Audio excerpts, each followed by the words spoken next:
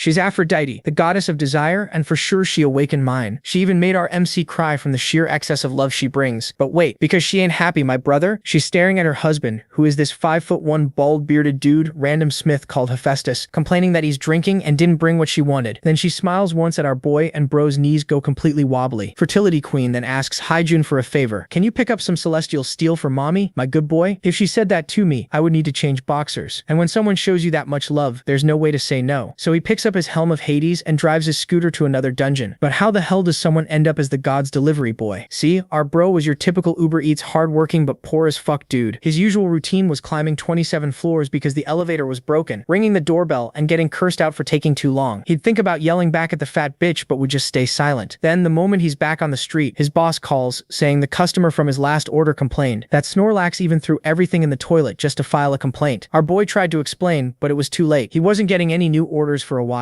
To learn to be more responsible. Problem is, our bro's rent is due next week, but was at that moment and right in front of a dungeon portal, his cell phone suddenly glowed with a system message. You have a new delivery request. The screen looks different from anything he's seen before, so he taps it out of curiosity. A bright flash bursts from the phone, and when he opens his eyes, he's in a place that looks like heaven. He panics, wondering if this is a dream or if some mystical being finally chose him. Nothing has even happened yet, but he's already tearing up, thinking his delivery boy life is finally over. Then he notices the phone still showing a delivery order, along with a map and instructions to pick up nectar. Since he has nothing else to do, he accepts it. The moment he taps the screen, the golden gate ahead opens. He gulps and heads in. He rides above the clouds, passing a huge castle. He checks his phone, getting nervous. This is really where the gods live. He enters a palace and stops in front of a giant door, guessing this must be the pickup spot. Nervous, he knocks, thinking if a god answers, maybe this is his chance to become a hunter. Someone opens the door and asks who he is. He sees a blonde girl in white and instantly knows she's a goddess. Stumbling over his words, he says he's here for the order. She steps close and demands to know why a human is in Olympus. When she accuses him of trespassing, he quickly shows his phone and says he's here to pick up a bottle of nectar. She pauses and says this must be Hermes' doing. With a sigh, she tells him to wait while she gets something humans aren't supposed to touch. She returns with the nectar and warns that if her brother doesn't get it on time, he'll be furious. Getting right in his face, she warns him not to drink even a drop, and he quickly agrees. She points at her eyes to say she's watching him, then shuts the door in his face. He gets mad all over again. What even is this? He thought he'd escaped being a delivery boy, but now he's a delivery boy for the gods. Looking at the bottle, he says it just looks like apple juice and thinks about quitting. Then he figures the person getting it must be another god. Since he's already in Olympus, he decides to ask this one to turn him into something special. Fired up, he says this will be his last delivery ever. With that, he starts driving through the lava. A notification says he's approaching. After a mountain of magma, there's a small house. He arrives at the door exhausted because it's hotter than a sauna there and announces that the delivery has arrived. The door suddenly swings open. He's drenched in sweat from the brutal heat inside. A dwarf working at a forge turns around, angry, and asks who came in. Flustered, the protagonist says he's not an intruder, just making a delivery. The dwarf walks toward him, noticing this must be the guy his sister sent. The MC can't believe they're related. Then the dwarf realizes he's not Hermes. His aura rises as he says the boy came there uninvited. The protagonist hurriedly explains that the dwarf's sister told him to bring this. Once the dwarf sees the bottle is still full, he says it's impressive. He didn't take a sip. The boy says he's not a thief and hands it over. The dwarf laughs and calls him honest. A sip of that nectar would have turned him into a god, yet he felt no temptation. At this moment, the protagonist is confused upon hearing this, already thinking that if he had taken a sip, he would be a god. Now, he eagerly moves to open the bottle, saying his life as a delivery boy is over. He reaches for the bottle, but the dwarf snatches it, opens it, and before the boy can stop him, he chugs a huge mouthful. Then he tosses the bottle down and says it tastes even better, all at once. The boy is crushed, while the dwarf says he hasn't had nectar that fresh in ages. Introducing himself as him, he asks the boy's name. He says he's Hyjun Lee, and he thanks Lee for being so honest. Before Lee can say anything else, the dwarf turns to leave, saying he's refreshed and going back to work. Lee grabs his shoulder and tells him to wait. The protagonist asks what he wants. Lee says he still hasn't been paid. Hephaestus asks if he means the delivery fee, says he should already have it, and walks off laughing. Lee checks the app and a flash blinds him. The system now shows 1,000 points. He wakes up in bed, wondering if it was all a dream. The moment he checked the app, light surrounded him and sent him back to Earth. But now a small system screen is floating in front of him. He complains because he has no clue what these points are for. He had just met a god. What he really wanted was to become the strongest S-rank hunter alive. Then the system gives him a message, saying points can be traded for items in the shop. So he opens it, hoping the points are useful. The shop sells everything from a golden apple for 1,000 points to a motorcycle for 100,000. He gets annoyed because nothing seems useful and everything costs too much. He keeps scrolling, trying to find something that could help in a hunter gate. Somewhat, he starts thinking the whole thing is pointless until something catches his attention. At the bottom, there are 10,001 or about $10 for 1 point. If this is true, just with this delivery, he earned 10,000, as in he decides to touch it. As soon as he taps it, and a $10 bill appears in front of him and drops into his lap, he picks it up and it feels completely real. The system updates showing he now has 999 points. He can't believe it. He stares at the bill, then at the screen, and keeps pressing until money starts raining all over the room. Now the sly look on his face says everything. He throws the cash into the air, thrilled that this is exactly what he needed. Next thing we see, he's happily eating ramen, glowing with joy. He even goes to a deposit machine and tests the money. It works perfectly. He nearly cries, realizing he made around $10,000 from a single delivery. When a woman at the shop asks if things are really that bad, he says it's actually too good. He sits there laughing to himself like a total maniac. While thinking about what to do with the money, he hears the TV talking about a new recruit. The news says a guild is preparing for the Tartarus gate, the deadliest one of all.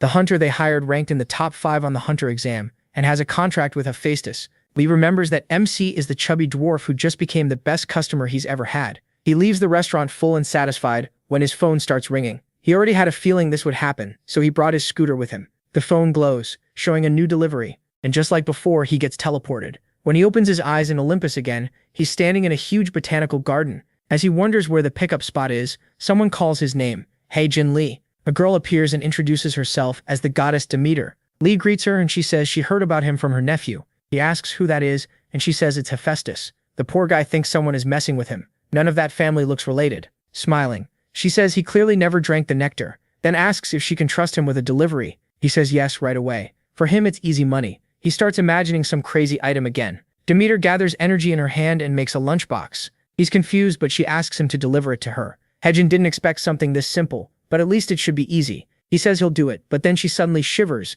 and the whole garden rots in a second.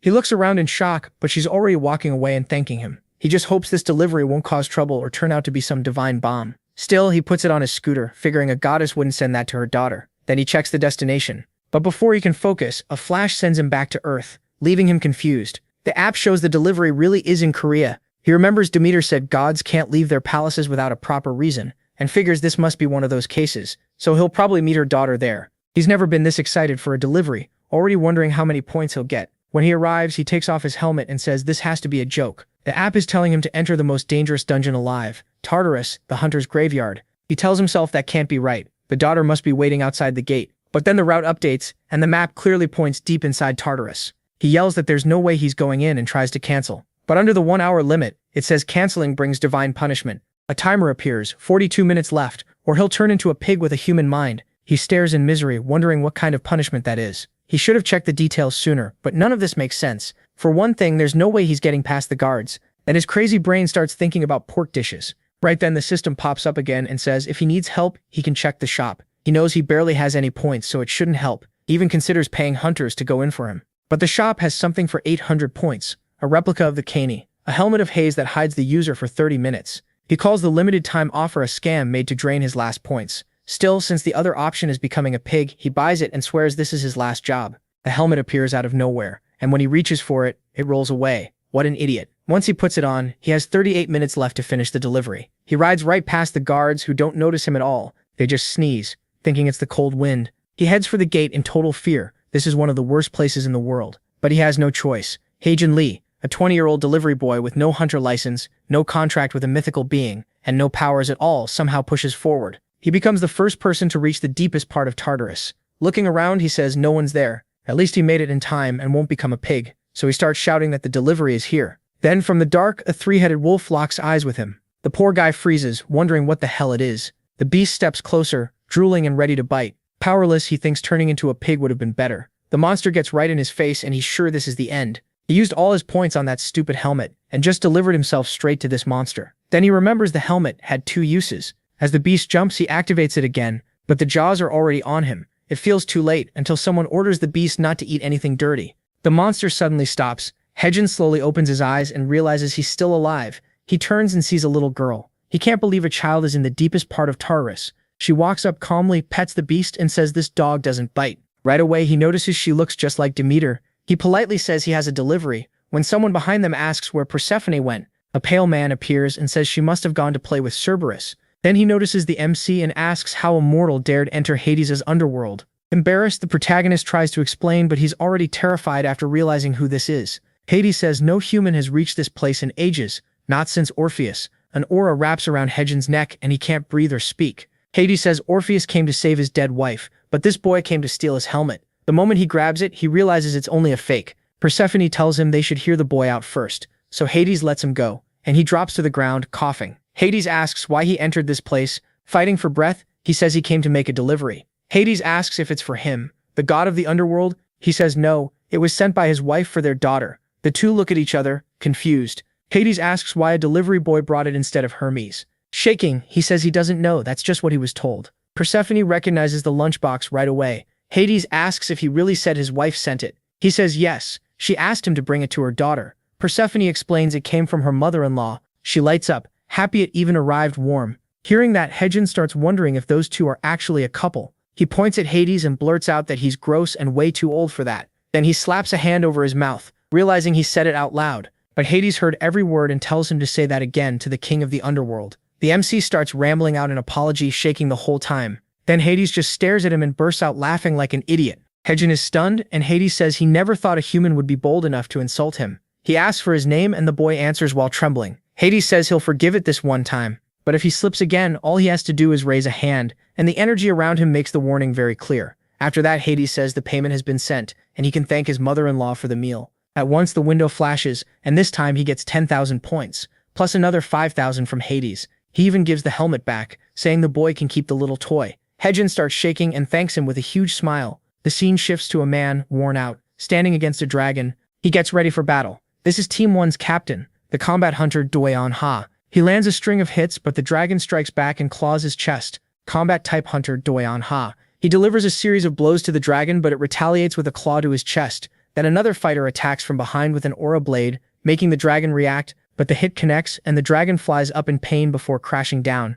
defeated. The swordsman walks over to Doyeon and congratulates him. They've finally cleared the first 4 floors of Tartarus. This man is Guildmaster Sung-Jin Park, ranked 3rd in the world. The whole team starts celebrating. He calls it a great day because their guild has reached Tartarus' deepest zone. Still, everyone is wiped out. Sung-Jin thanks Doyeon and says they did it because of him. Doyeon, moved, says he doesn't deserve that much credit. The team hugs and talks about staying together forever. Sung-Jin tells Eren not to go too hard on the dragon, ranked 17th in the world. She says she gets it. He knows she wants a lot of mana stones, but there's no need to rush. Then she suddenly feels something. Jumping off the dragon, she warns that something fast is coming. The team stares into the dark, knowing they're too exhausted for another fight. Sung-Jin tells everyone to get ready, and Eren says it's almost here. The leader warns that if things go bad, everyone should run. He'll stay behind and hold the monsters back. But the others get emotional and say they'll fight beside him to the end. He smiles, but Eren cuts in. It's here now. In the distance, they hear an engine, then spot the shape of a motorcycle rider in a helmet. Sung-Jin just stares,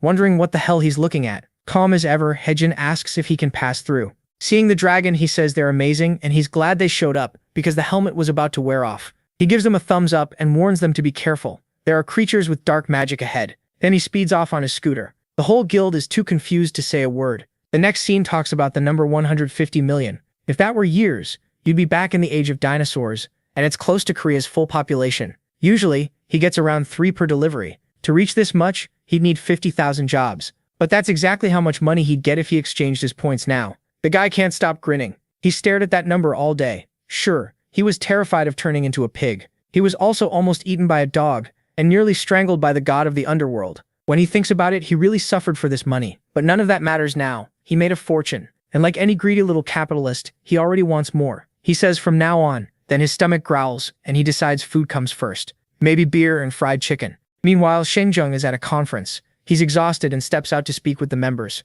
After that, he still has to meet the president of the Hunter Association. The man never gets a break. Doyeon asks if he mentioned the delivery boy at the conference. He says no. For now, he'd rather keep it quiet since nobody knows where that guy came from. They should have chased that guy and asked questions, but everyone was too tired and too stunned to move. Still, the whole guild is curious. The blonde points out the weird helmet and scooter, saying he might not be that hard to track down. But Sung-Jin tells them to drop it for now. Their job is clearing dungeons, not hunting some mystery rider. Then he tells the other two they need new weapons, so they'll be heading to the mining dungeon. Doyeon starts to complain, but gives in and asks what kind of metal he wants. After thinking a bit, Sung-Jin says it's called celestial metal. Meanwhile, the MC is enjoying his fried chicken, when his phone suddenly rings. He jumps up right away, not wanting to miss an order from the gods. Even though he's starving, in a flash of light he gets pulled away and ends up in the mountains. Right in front of him is Hephaestus' house again, and that's when he realizes he forgot his scooter and helmet. As he's thinking about that, someone appears behind him. Then a voice calls to the boy, and he turns to see him in tears. Sung-Jin asks why he's outside. Still crying, the protagonist says he got kicked out. Sung-Jin is baffled and asks what happened. He says he was eating and drinking with his brother Dionysus when someone showed up, called him dear, asked why he was drinking again, and threw them both out, telling them not to come back. Dionysus ran off right away, leaving the little dwarf alone. Sung-Jin says he gets it, then asks what he wants delivered. Looking miserable, Hephaestus says anything to eat or drink. Since getting kicked out, he hasn't had a single bite. He even begged his sister, but she didn't have any nectar. Now Sung-Jin is his last hope. The MC kind of gets it, but he has no clue what a god is supposed to eat or drink. Lying on the ground, Hephaestus says some meat and alcohol would be perfect. Sung-Jin checks his phone and tells him to wait. A flash of light appears while the dwarf stays sprawled on the ground. He starts sniffing the air until Sung-Jin returns with the beer and chicken he bought, saying he's happy to share. MC says he has no idea what that is, and the boy explains it's a classic combo in Korea. The dwarf is overjoyed, saying he's never tasted such a refreshing drink before. He even thought the chicken piece looked too small, but the moment he bites it, he says it's the best thing he's ever eaten in his life. Sung-Jin starts wondering if this guy is really a god. Then the dwarf promises a big reward and tells him to check his phone. At that moment, the phone rings and he sees Hephaestus sent another 15,000 points. The sneaky guy can't believe he just made 150,000 from delivering chicken. The dwarf even tells him to call anytime he needs something. To him, this dwarf is the sweetest guy in the world, and he almost wants to hug him, until someone walks up. A voice calls out, "Dear," and both of them turn. Sung-Jin freezes when she asks why he's drinking again. Seriously, what is this? It's Aphrodite, the goddess of beauty and love. The protagonist is blown away, saying he's never seen anyone this beautiful. He can't understand how she's married to that crying dwarf, and then Hephaestus suddenly drops to his knees. He quickly explains he's only eating there because he got kicked out. She glares at him like that sounds exactly right. The dwarf panics, and Sung-Jin thinks he'd better apologize. She then calls Sung-Jin by name and introduces herself as Aphrodite. She really is the goddess of love, giving off an incredible charm. She apologizes, and Sung-Jin says it's fine, he's only there because he was hired. Hearing that, the dwarf asks if he can deliver something else. He's not sure what to say, but Aphrodite says he seems like an honest boy, not someone driven by greed. He says they can count on him, since he's the god's delivery boy. The dwarf loves hearing that, but honestly, Sung-Jin would rather do a job for Aphrodite. Still, the dwarf asks him to get some materials for the forge. The place is in his own city, and what he needs is celestial metal. The next thing we know, he's already on his scooter, wondering if this is the right place. He's standing before another gate, this time the Sure mines, and his heart starts pounding. He can't believe he's entering another dungeon. As soon as he saw the location, he looked it up and realized it was the mines. He hesitated and told Hephaestus he couldn't do it, because the last dungeon nearly got him killed. The dwarf asked why, and he explained he's not a hunter and can't fight. He only survived before because of a helmet that hid his presence, but now it's broken. Hephaestus says if the helmet's broken, just hand it over and he'll fix it. Excited, he jumps up and says he's the god of blacksmiths. He can repair any mythical item. Sung-Jin gets excited too, and now he has the helmet back. It's a repaired replica with a 2-minute limit and 2 uses. He enters the gate again, but inside it feels like a fair, which leaves him confused. He knew this dungeon was popular, but this is way too much. He thought the monsters would be the hard part, but now he realizes the real problem is getting deep enough to find the ore. Meanwhile, Doaim is there casually eating. After driving for 30 minutes, he finally reaches an empty area. The problem is the ground is awful, and his scooter is rattling like crazy. At least he starts spotting minerals in the walls, but he's looking for celestial metal, a red glowing ore. He keeps going, wondering how much farther he has to go. Then he rounds a corner, and a giant skeleton passes right by him. He panics but keeps speeding ahead since he's still invisible. Then his scooter slams into something. A skeleton notices the noise but looks confused because it can't see anything. The bad news is his scooter is pretty much wrecked now. He pauses for a second, then smiles. He's rich enough to buy as many as he wants, so he pushes deeper into the cave until on top of a rock pile, he finally spots the celestial ore. He walks up, takes off his helmet, and grins, saying he finally found it. The problem is getting it out. He yanks from one side, kicks from the other, and finally gives up. So what is he supposed to do now? Then the system helps him out and tells him to check the shop for something useful. As soon as he opens it, he sees a recommended item for 4,700 points. It's an explorer's pickaxe that can mine perfectly, but only once. But for him, 4,700 points means 47 million, and that's insane. He remembers the entrance, rents out pickaxes for 10,000. So he starts to leave, saying there's no way he's spending that kind of money. The problem is, when he looks at his scooter, it's obviously in terrible shape. Knowing it might not survive the trip back, he decides the safer move is to risk it. He spends the 4,700 points, and the pickaxe appears in his hand. Then he tells himself he'll just make Hephaestus pay him back and swings at the oar. The hit lands cleanly, the oar pops free from the rock, and the pickaxe instantly crumbles away. The oar rolls down the pile and he chases after it like an idiot.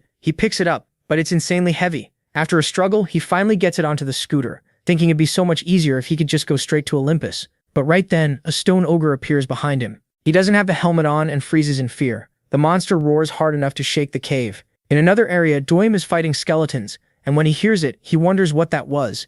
He feels something rushing out of the darkness and gets ready to fight, only for Hagen to come flying in on his scooter, yelling at him to move. Doim recognizes him as the same guy from Tartarus, but the protagonist speeds past, shouting that he should run if he wants to live. Doim doesn't even get a word out before the guy is gone. Then he hears something behind him. When he turns around, the ogre is charging straight at him. He takes off running, desperately yelling that he wants a ride. The scene cuts to Hagen screaming that he almost died again. Hephaestus says he's impressively fast, but our boy just curses him out for not warning him how dangerous that place was. The dwarf looks confused and says there's nothing there that should risk anyone's life. The protagonist tries to explain that the rock was huge too. The dwarf still looks lost, so he says he'll go get it. Then he brings over the red block. He drops the massive ore on the ground and tells Hephaestus to look at the giant thing he asked for. The dwarf stares in shock and asks what kind of monster that is. The two just look at each other. Hagen tells him to quit joking because that's the celestial metal he wanted. He explains that yes, it is, then lifts the stone and says he's never seen celestial metal this large or this pure.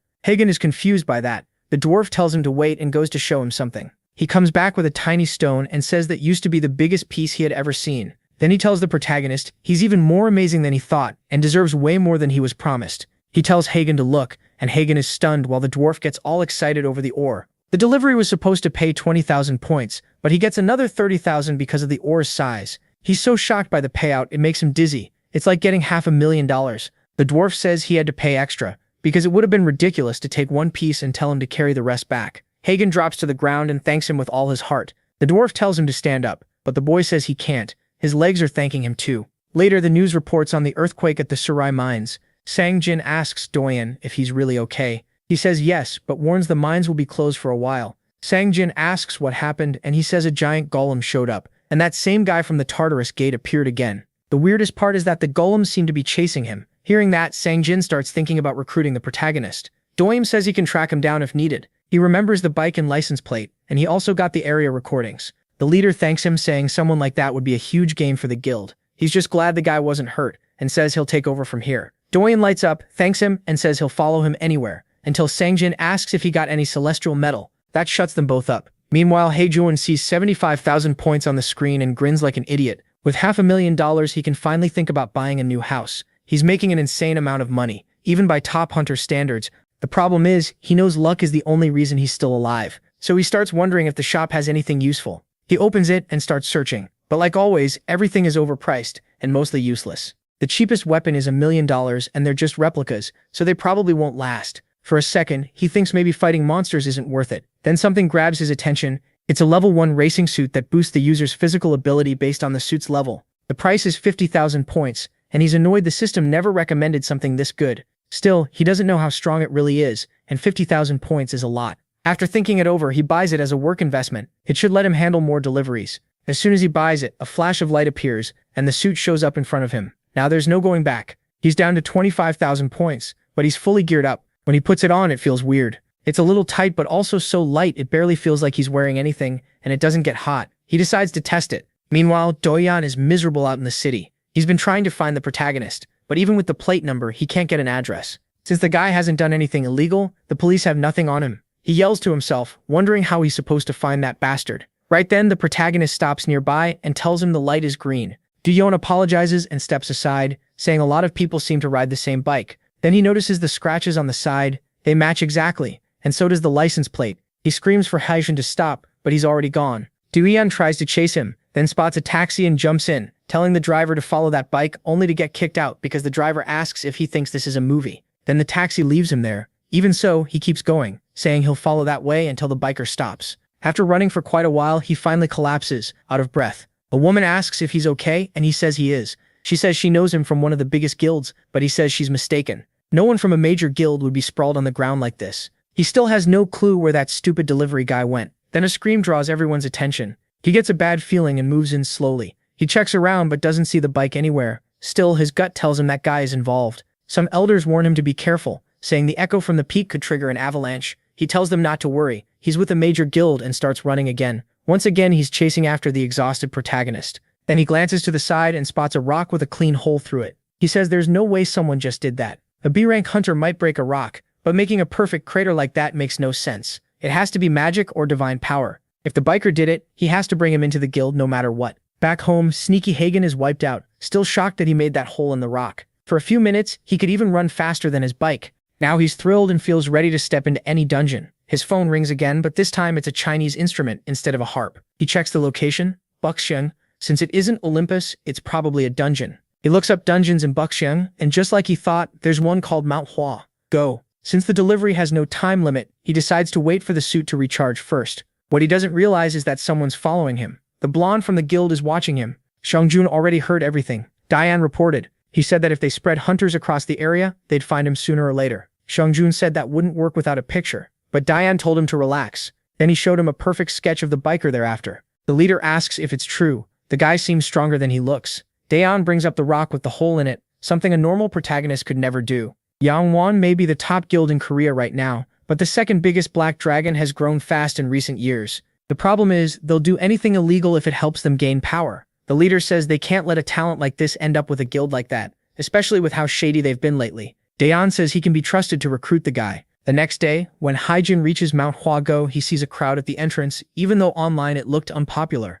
As he gets closer, a man tells him to stop there. Startled, he realizes the guy is actually talking to a little boy behind him. He hears people whispering about the Black Dragon Guild. The protagonist knows they're one of the guilds that like to take over gates. Still, he heads inside since it has nothing to do with him. The moment he enters the dungeon, he gets a message saying he's close to the delivery point. He walks a little farther, and the phone says he's right on top of it, leaving him confused. Then he looks up the mountain and realizes the delivery point is at the top. Remembering the stone golem, he gets nervous. But now he has his suit, so he feels sure he can deal with whatever shows up. He takes off his helmet, ready to move, when someone calls out for the delivery man. A face in the ground is talking to him. Haijin freezes. It's a monkey's head speaking to him. The monkey tells him to relax. Hasn't he ever talked to a monkey before? Not sure what to say, he asks if the monkey placed the order. The monkey says a kid in a winged hat told him that if he wished hard enough, someone would come fulfill the request. The protagonist starts wondering if that winged hat kid is behind everything. The monkey says there is something he wants Haijin to bring him. An MC tells him to name it. The monkey introduces himself as the beautiful Monkey King, or the victorious Buddha. Others call him the great Sun Wukong. Haijin instantly thinks of Goku and steps closer, asking why he's trapped there. Sun Wukong says he got punished for stealing peaches from the Jade Emperor's tree. He only wanted one bite, but the moment he touched them, he was sealed under the mountain. Haijin says he gets it and asks what he needs. Wukong says it's simple. Follow the path behind him and he'll find a pile of trash. A hidden box is there, and he wants it brought back. Haijin checks and sees it's 6 miles away. Since that isn't too far, he says he'll be back soon, and heads off. But the little monkey gives a sly smile. Elsewhere in the forest, some adventurers wonder if they've found the boss of Mount Hwago. A giant golem sits there. A girl steps up and tells them not to be scared. She's the master of the Black Dragon Guild, Johan, dangerous enough to carry a presence that rivals Aphrodite's. She knows the Yangon Guild cleared the first 4 levels of Tartarus, but if Black Dragon beats this 8 Trigram boss, they might take the top guild spot. She orders everyone to attack, and the blonde behind her tells the tanks to move in. The men hesitate, saying the thing isn't moving. But something feels wrong. The moment one steps forward, the ground caves in and a creature starts to rise. It's so huge it casts a shadow over the whole team. One roar from it makes everyone shake, saying they can't fight something like that. But the blonde warns that anyone who runs will be killed by the guild. The adventurers protest that they can't beat that monster with such trash weapons. Then a redhead yells for everyone to get ready to fight. If they lose focus now, they'll be crushed. The group hesitates, then moves in. The blonde asks the redhead if she really thinks the plan will work. She calmly says she has no idea. In the forest, Hadrian is riding his scooter when an earthquake hits. Even the monsters are running from that direction. Seeing smoke in the distance, he knows it's bad. Even with his suit on cooldown, he decides to check it out. By then, the adventurers are getting crushed. One stomp wipes them out, and the rear line tries to support, but their arrows do nothing. Realizing their attacks aren't working, the redhead spots a mage near the leader. He says he came to register, not to fight, but Shuyu says if everyone survives, it could hurt her guild's reputation. He's left confused, then she punches him out cold, saying they're only here to help her take this place. With the battle too loud for anyone to notice, the others keep pushing forward. The redhead uses a jump skill to launch himself at the golem and lands a clean blow to its head. He shouts that he made an opening and tells everyone to attack, so the team swarms the monster. After a hard fight, it drops to the ground. The team cheers, thinking their attacks are finally working. They celebrate, convinced they'll make it out alive. Then the golem suddenly wakes back up.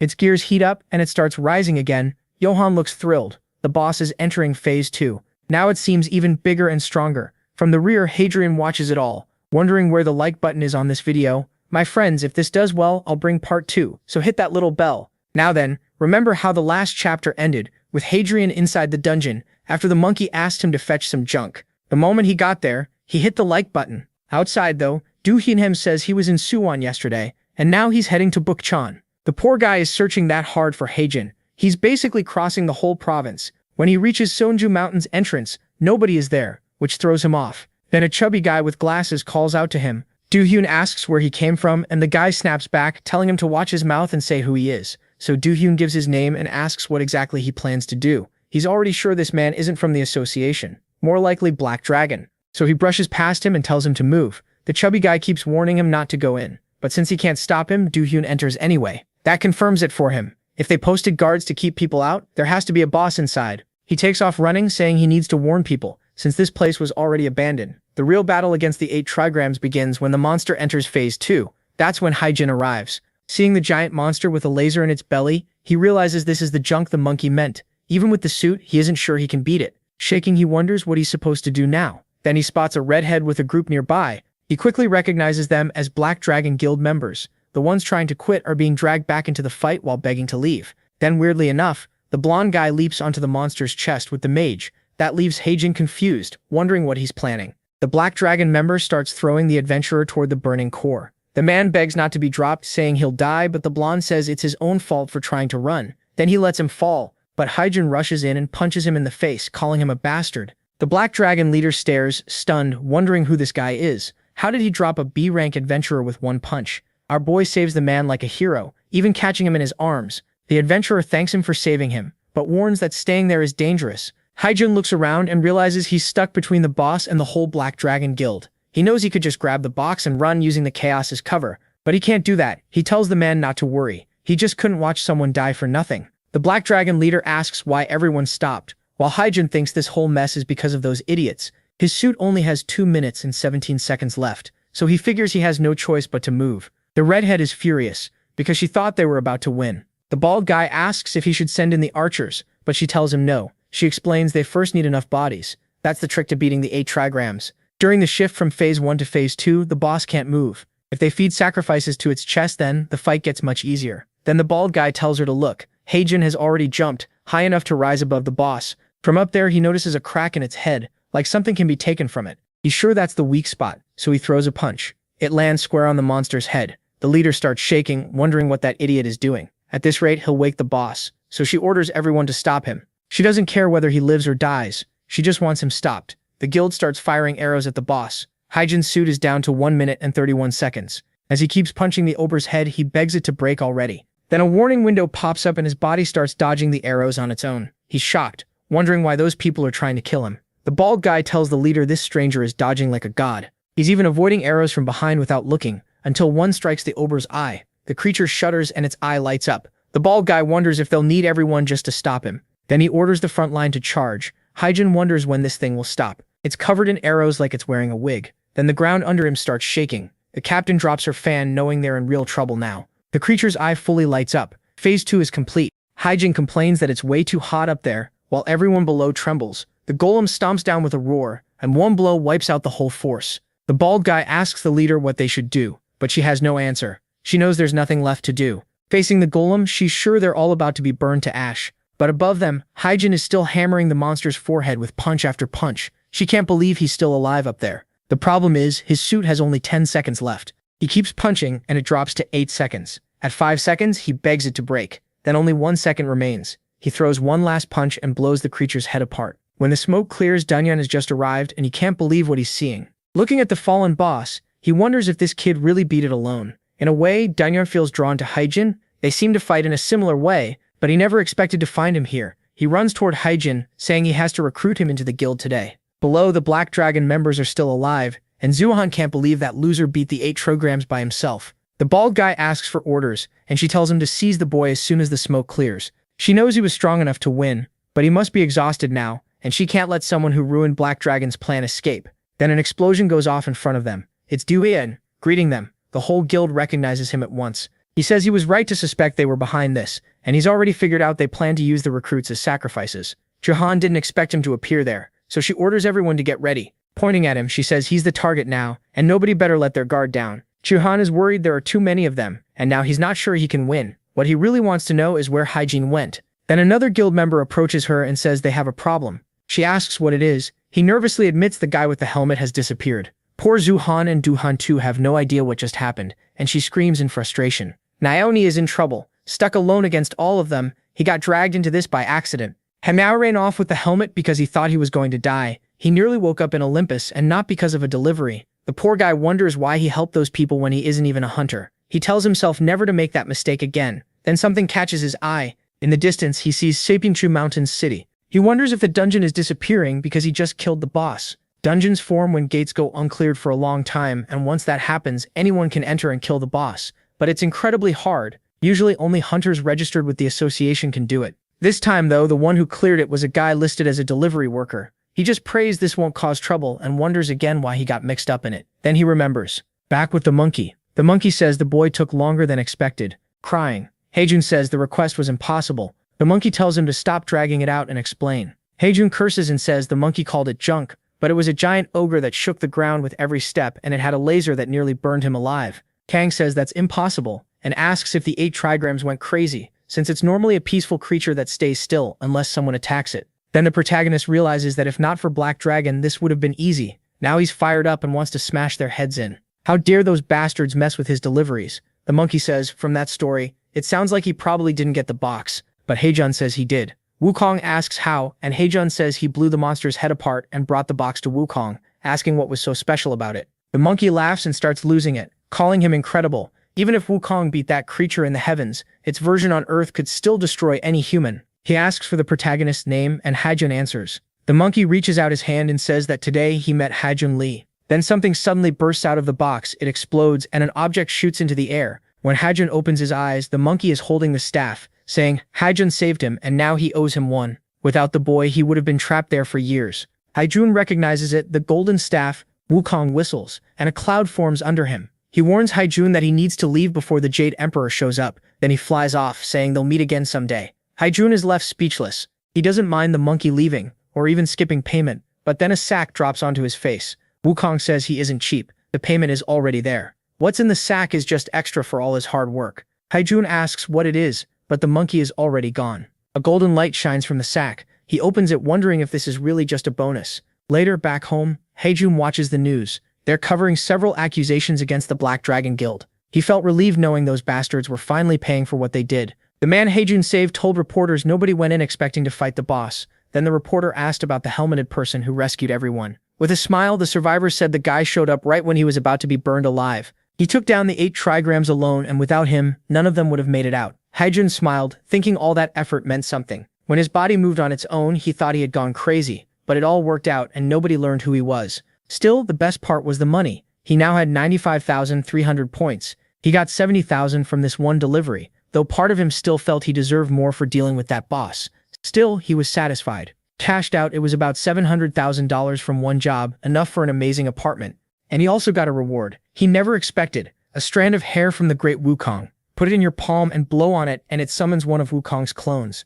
Heijun was thrilled because it could save him later. Lately, strange monsters kept showing up everywhere. Even if it was only a clone, it was still Wukong. He even made a goofy monkey face while looking at it. To him, this was basically an extra life. Right then, another delivery request came in. He threw on his jacket, put on his helmet, and got ready for the next job. Meanwhile, at a hospital, someone rushed down the hall. It was the guild leader, calling for Doyan. Doyan had clearly been beaten badly by the guild, and looked rough. He asked why the leader was there. Wasn't he supposed to be in Busan today? The leader said he had already handled that and couldn't stay away. Part of the blame for Doyon ending up like this was his, but the boy said it wasn't. He had read the situation wrong and stepped in when he shouldn't have. He should have been more careful around those black dragon creeps. Sung-Jin was furious. They dared attack someone from his guild. He said Ares should have gone with Doyon. Next time he'd crush those guys himself. Then he asked if Doyon was doing okay. Doyon said the doctors told him things looked bad. Sung-Jin panicked and asked if his life as a hunter was over. But the brat was just messing with him and laughed that he actually fell for it.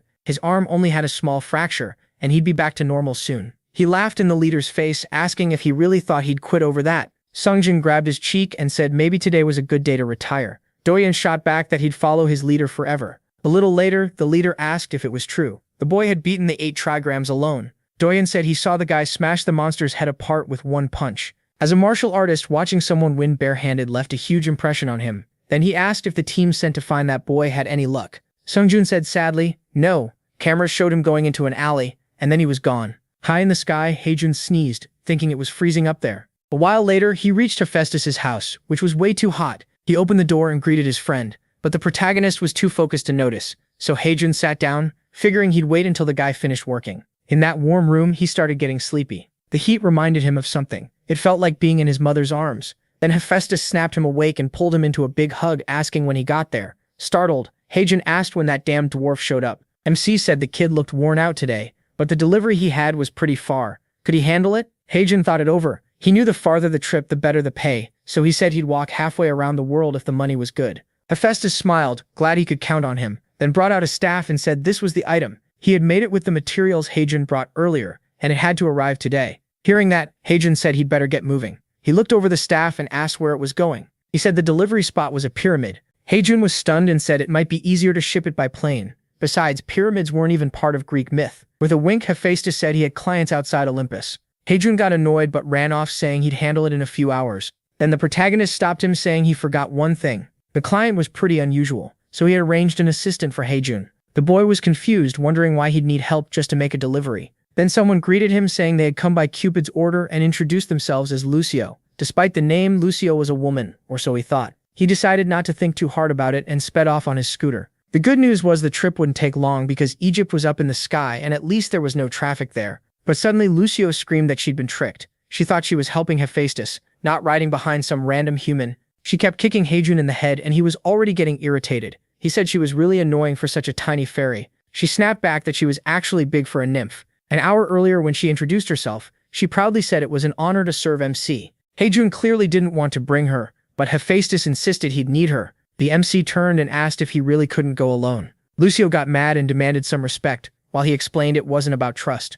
Hejun just didn't know the place they were going, and Lucio did, so she was supposed to help, not slow him down. But on the scooter she just picked her nose and said she didn't want to help this kid. She complained about riding a human scooter and kept kicking his head, asking how much longer it would take. He ignored her and she kept yelling for an answer. So he told her that if she stayed quiet, he'd tell Hephaestus she was perfect and cause no trouble at all. But to Lucio, being useless would ruin her reputation. She had studied her whole life, and fairies like her were treated almost like divine beings. She refused to accept that and kept whining at him until a candy dropped into her mouth. Startled, she asked what he just did. Hejun said she wouldn't stop talking, so he gave her candy to shut her up, and if she stayed quiet the rest of the way, he'd give her more. Lucio had never tasted candy before, and it felt like food from heaven. She warned him not to lie, and he said he always kept his promises. Hejun figured candy was the easiest way to handle a kid. With her finally quiet, they were only 800 meters from the destination. He enjoyed a few seconds of peace before spotting two eyes in the mist. He slowed down, but they were already inside thick fog. Annoyed, he asked Lucio why she hadn't warned him. She said it was his fault for stuffing her mouth with candy. So he stopped the scooter and yanked her off while she struggled, telling him to look. Behind them stood a giant sphinx. It said they could pass only if they solved its riddle. Lucio quickly warned that this thing ate anyone who answered wrong. The sphinx was tied to Siphon, the monster that almost destroyed Olympus. This one wasn't on that legendary level, but Hejun wasn't exactly strong either. One look at its size told him his punches wouldn't do much. Then his phone rang, and he just hoped this job paid well. After that, he walked toward it. Lucio asked what he was doing, and Hejun said the obvious. He was going to answer the riddle. She tried to stop him, warning he'd die if he got it wrong. But Hejun felt sure he knew what the Sphinx would ask, since the usual riddle was famous. And in the worst case, he still had Wukong's hair. The Sphinx turned to him and asked if he was ready. Hejun told it to start already. He was busy and had a delivery to make. Meanwhile, Lucio cried because the idiot had really agreed. The Sphinx smiled and told them to get ready. Hejun expected the classic riddle about what walks on 4 legs in the morning, 2 at noon and 3 at night. Though honestly, old men these days can get so buff they don't even need a cane. So he stayed confident since he'd heard that one plenty of times. But then the Sphinx asked, "What do you call the sound a duck makes when it falls?" Hejun just stood there with a completely dumbfounded look, while the Sphinx stared at him. He asked what kind of stupid duck question that was. Lucio started thinking and said ducks go quack, then burst into tears because she had no idea what sound they made when they got hurt. Being watched through a sphere, the last thing she wanted was to get eaten alive. That sphere was being observed by a woman dressed in Egyptian clothes, who said the two visitors looked very interesting. The Sphinx stared at them again and demanded the answer. Heijun had no clue. What kind of dad joke was this? Then he remembered he was dealing with a Sphinx.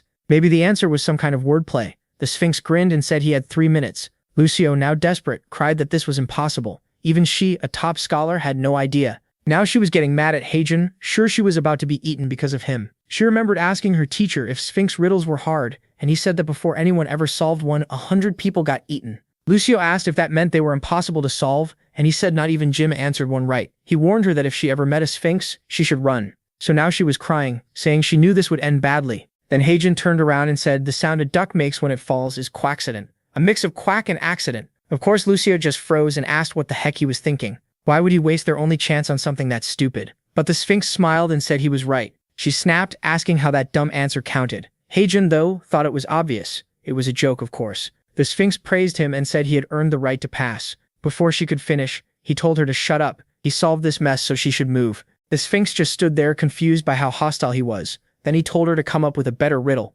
because that one sucked. The poor Sphinx started crying. He turned back and asked if she was actually crying. She said no, it was just sand in her eye. Lucio still couldn't believe he had gotten it right. Then Heijun told her to hold on because he was speeding up. After a while they entered the passage, and Lucio called out to him, sounding unsure. He asked what it was, and she said she wanted to apologize for earlier. She was supposed to help him, but instead she kept looking down on him for being human. She said she didn't deserve to call herself a mega elite. Heijun told her she didn't need to be that hard on herself. Compared to the nasty things he'd heard before, this was nothing. To him it was just like hearing an annoying younger cousin, so he didn't care. Lucia got a little shy and thanked him. Later they reached the pyramid. Its size was so crazy that even Lucia couldn't see the top. Heijun checked around. The map said this was the place. Then she noticed some writing nearby. They went to a box covered in Egyptian text, and she said it told them to ring the doorbell. He was impressed she could read hieroglyphs, and she proudly said she was an elite. So he pressed the button, and everything started shaking. She said it was gravity magic that made no sense for a doorbell,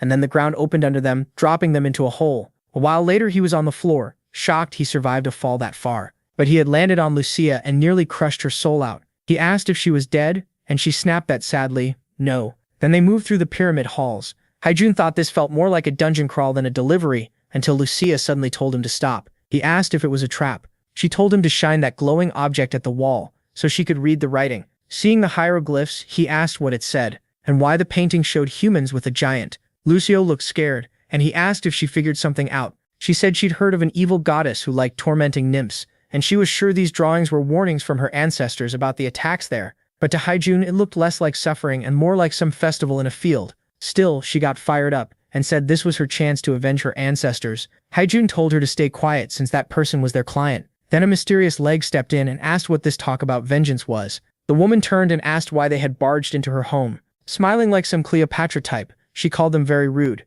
Then she asked which one of them wanted revenge. Heijun couldn't see a thing, obviously. But Lucio flew straight toward her, saying she was there to avenge her ancestors. The MC told her to calm down and asked what she was doing. The Egyptian woman just smiled and asked if she was a nymph, saying it had been a long time since she'd seen one. Then she hugged her and called her adorable. While getting squeezed, Lucio yelled for the enemy to let go. Heijun just stood there, totally lost. Later the woman explained that long ago they held festivals for nymphs there, and the younger ones were always especially cute. She just hated that they were gone now. Heijun said now he understood how they died. She probably hugged them to death, and Lucio was living proof. The woman finally let go, saying she couldn't help herself around something so cute. Lucio cried, saying she almost died. Then she asked Heijun why he didn't save her, and he told her to relax. They started bickering, with her saying he called her like family, so how could he let family die? The woman cut in and said she'd introduce herself. She ruled the 2 brightest lands and was the divine reincarnation of mighty Horus, a pharaoh. But the pair ignored her and kept arguing. While they fought, Heijun asked what this pharaoh stuff meant. Wasn't Egypt supposed to be a kingdom? Lucio said he really understood nothing and explained there were 2 kinds of gods, ones like Cupid or Hephaestus, who were born divine, and others who reached godhood like the woman in front of them. The pharaoh asked why she was being called an old lady. Then Heijun said he came to deliver something, and she replied that she knew. She'd watched his whole trip. At that moment, the package started moving and flew into her hand. Looking it over, she said it was high quality. The craftsman was skilled, and the design was excellent. She added that the delivery man Heijun really lived up to his reputation. That just confused the poor guy. Since when did he have a reputation? Still, with the job done, he thanked her and said any bonus could go straight to his account. Lucio called it embarrassing to work with someone that greedy, and asked if he had no pride. Haijun shot back that pride doesn't buy food. The money she mocked was what paid for the candy she liked. That got her excited, and she said to make sure the deposit was a good one. The pharaoh said their friendship was wonderful and told them not to worry about payment. After all, she was a generous goddess. He got 50,000 for the delivery and another 50,000 as a bonus. That brought him to 195,000 points. The rascal now had a total of $19 million.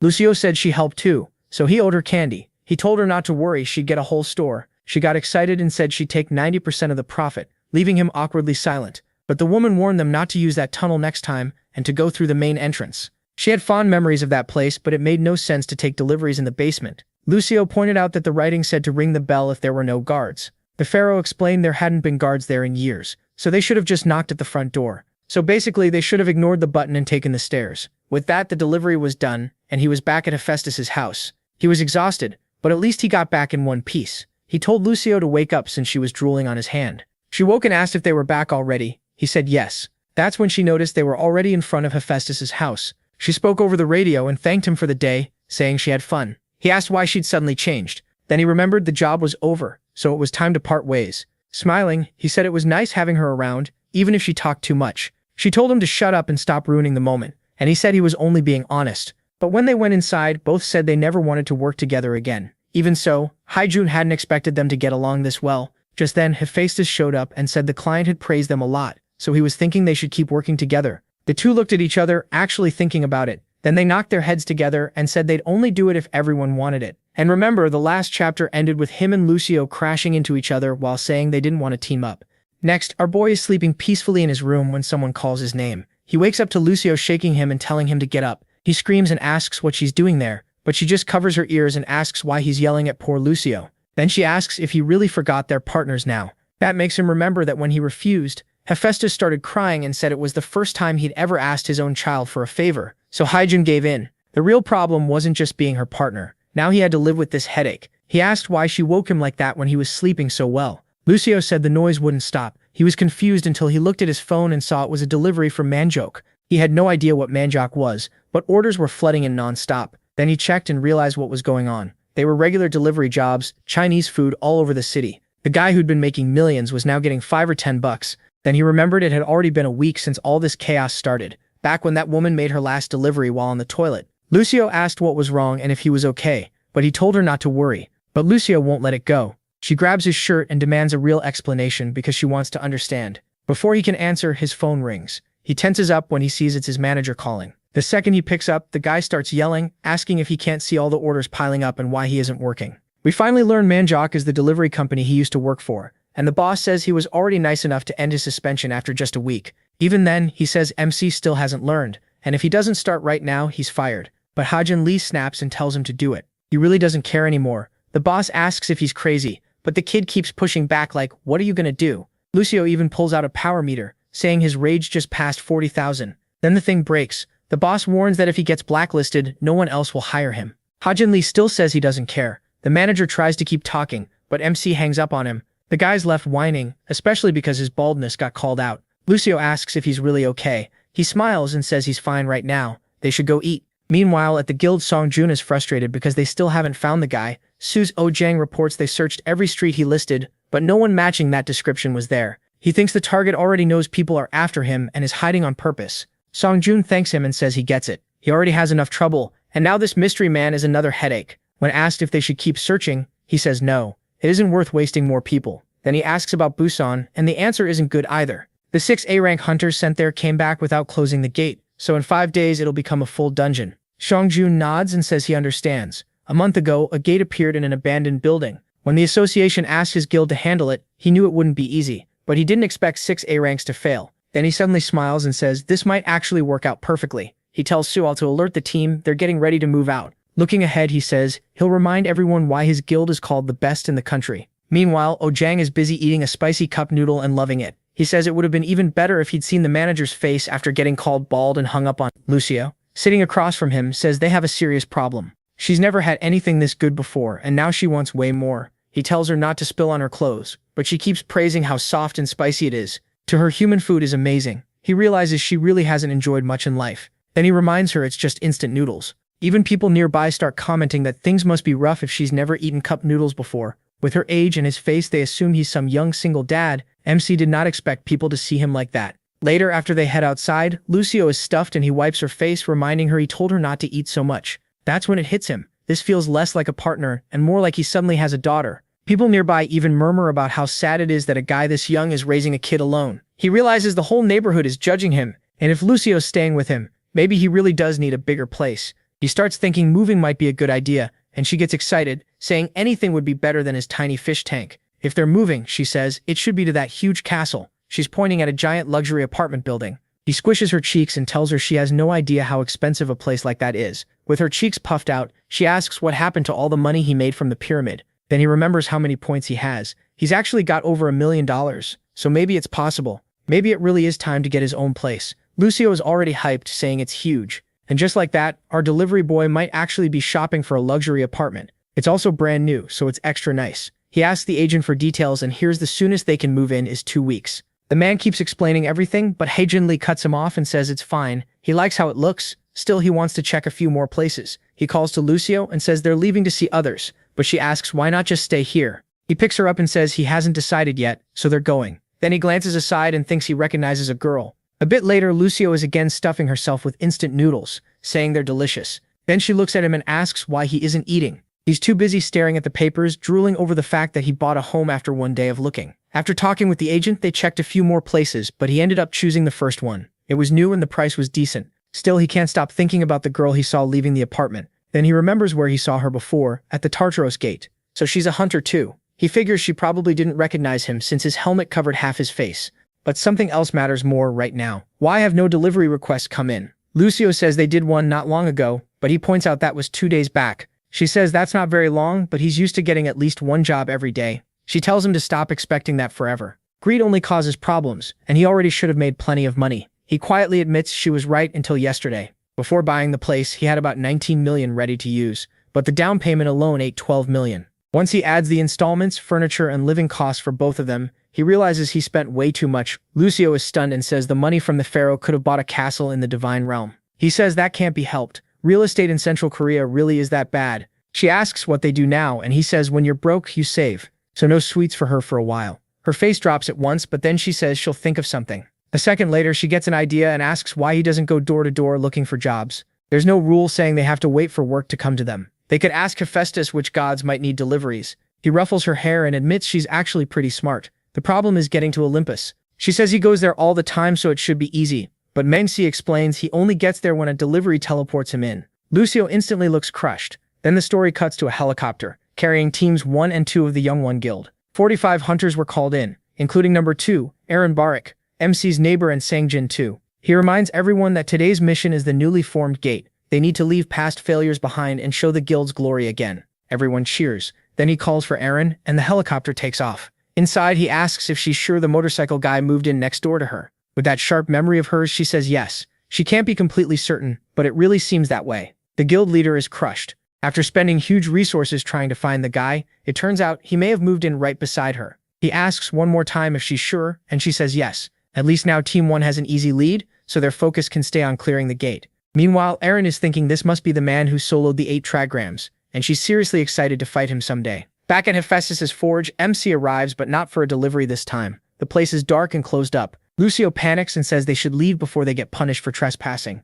He says it's fine, especially since she's the one who taught him how to get here. Even so, Lucio insists it's rude to enter someone's home when they aren't around. He can't help noticing how hypocritical that is, considering she's called the forge owner an old hack before. Then someone steps on his back and demands to know who dared trespass so early. It's just Hephaestus, and MC greets him. The god says he doesn't remember ordering any delivery, so why is he here? MC answers that he came to ask a small favor. The dwarf asks what he wants, but MC says first he brought a gift so he wouldn't show up empty-handed. When the protagonist asks what it is, he proudly shows off a fresh bottle of soju. Since the god liked the beer before, he figured he'd bring something new.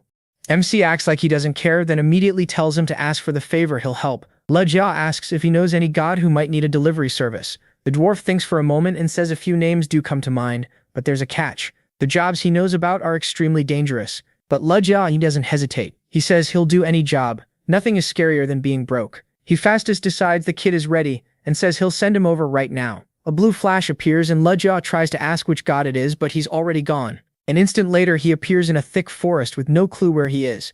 Hephaestus sent him off without a single detail. Then the system suddenly warns him. Danger detected. The moment Lejia trains, he sees a red eye glaring at him. A giant three-eyed demon boar is charging straight in. He braces himself, knowing he can't dodge in time until an arrow shoots out from the bushes and hits the beast right in the head, dropping it on the spot. He spins around, confused, wondering what just happened, and if the thing is really dead. Then a familiar blue glow pops out of the bushes, cheering that they almost got flattened. He's stunned. He had no idea Lucio followed him. She says the second he vanished, she teleported after him. It was close, but she's impressed he beat one of the most feared beasts around here. Still shaking, Lejia says he wasn't the one who killed it. Then someone behind them says that was him. Lejia hadn't even noticed anyone else nearby. The old guy looks strange enough that even MC can't help staring. The man comments on finding a human and a nymph here. Lejia keeps staring. His upper body is human, but below that he's a horse. Then his phone confirms he reached the destination. So this odd old man is today's client. The old man says almost no one ever makes it here and asks who they are.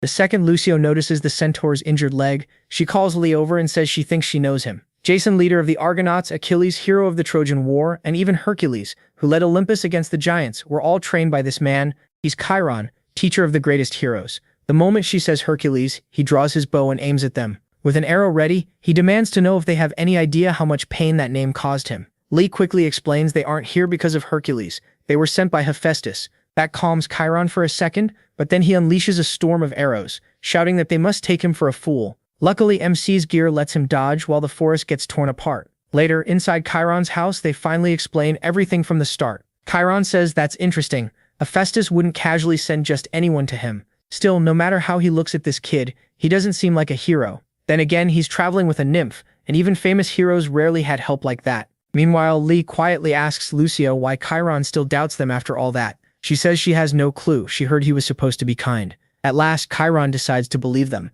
and both of them relax in relief. Then he asks if they really can retrieve anything. MC says almost anything, so Chiron gives him a chance. He hands over an empty container and says that north of here there's a huge lake. Lee needs to go there and collect saliva from the fool living nearby. He takes the jar, but the word saliva makes him pause. Is this guy seriously asking him to fill it with spit? Chiron says yes, that's exactly what he wants, and asks if there's a problem. Lee thinks it's a pretty weird invasion of privacy, but agrees to do it fast. No way he's passing up a paying job. As Chiron watches, he thinks the kid is a fool for heading there without fearing what waits ahead. At the same time, it's a good test. If he finishes this, the next job will be the frozen mountain, something no human should be able to clear. Still, Chiron doubts the kid will even make it to the plaza. Then Lee activates his suit and blasts into the sky. Chiron is left staring in shock as MC flies off with Lucio in his arms. After using the suit so much, he's gotten used to it and can keep his speed all the way to the cave. The climb is quick, and seconds later he lands at the entrance. He shuts the suit off with 32 seconds of flight time left.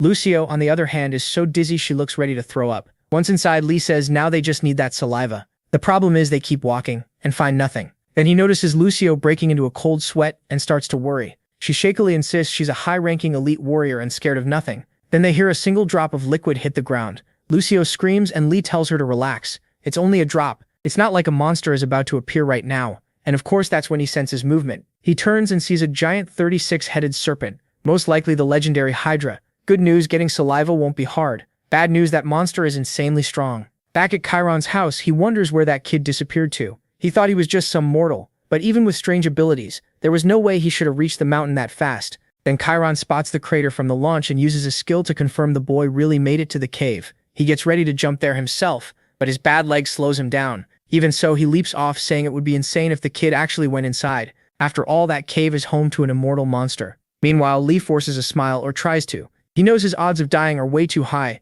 A second later, he's running for his life with Lucio in his arms, cursing Chiron for tricking them. Later, the Hydra scans the area searching for him. He's hiding behind a rock, whispering that they just need to wait until it falls asleep. But Lucio is trembling and says she knows exactly what this monster is. The beast in front of them is a Hydra. She asks why he ever accepted Chiron's request. He snaps back that he wouldn't have if Chiron had told the truth. That centaur tricked him. If he had his helmet, he might stand a chance, but right now he's fully exposed. Then a system window pops up. In emergencies, teleport service is available. It won't move him. Instead, for 5,000 points, he can bring shop items to his location. The problem is 5,000 coins cost 35,000, and the helmet only cost 800 points. It's a total scam, but he doesn't have a choice. His life matters more, so he grits his teeth and pays. The helmet appears in his hand.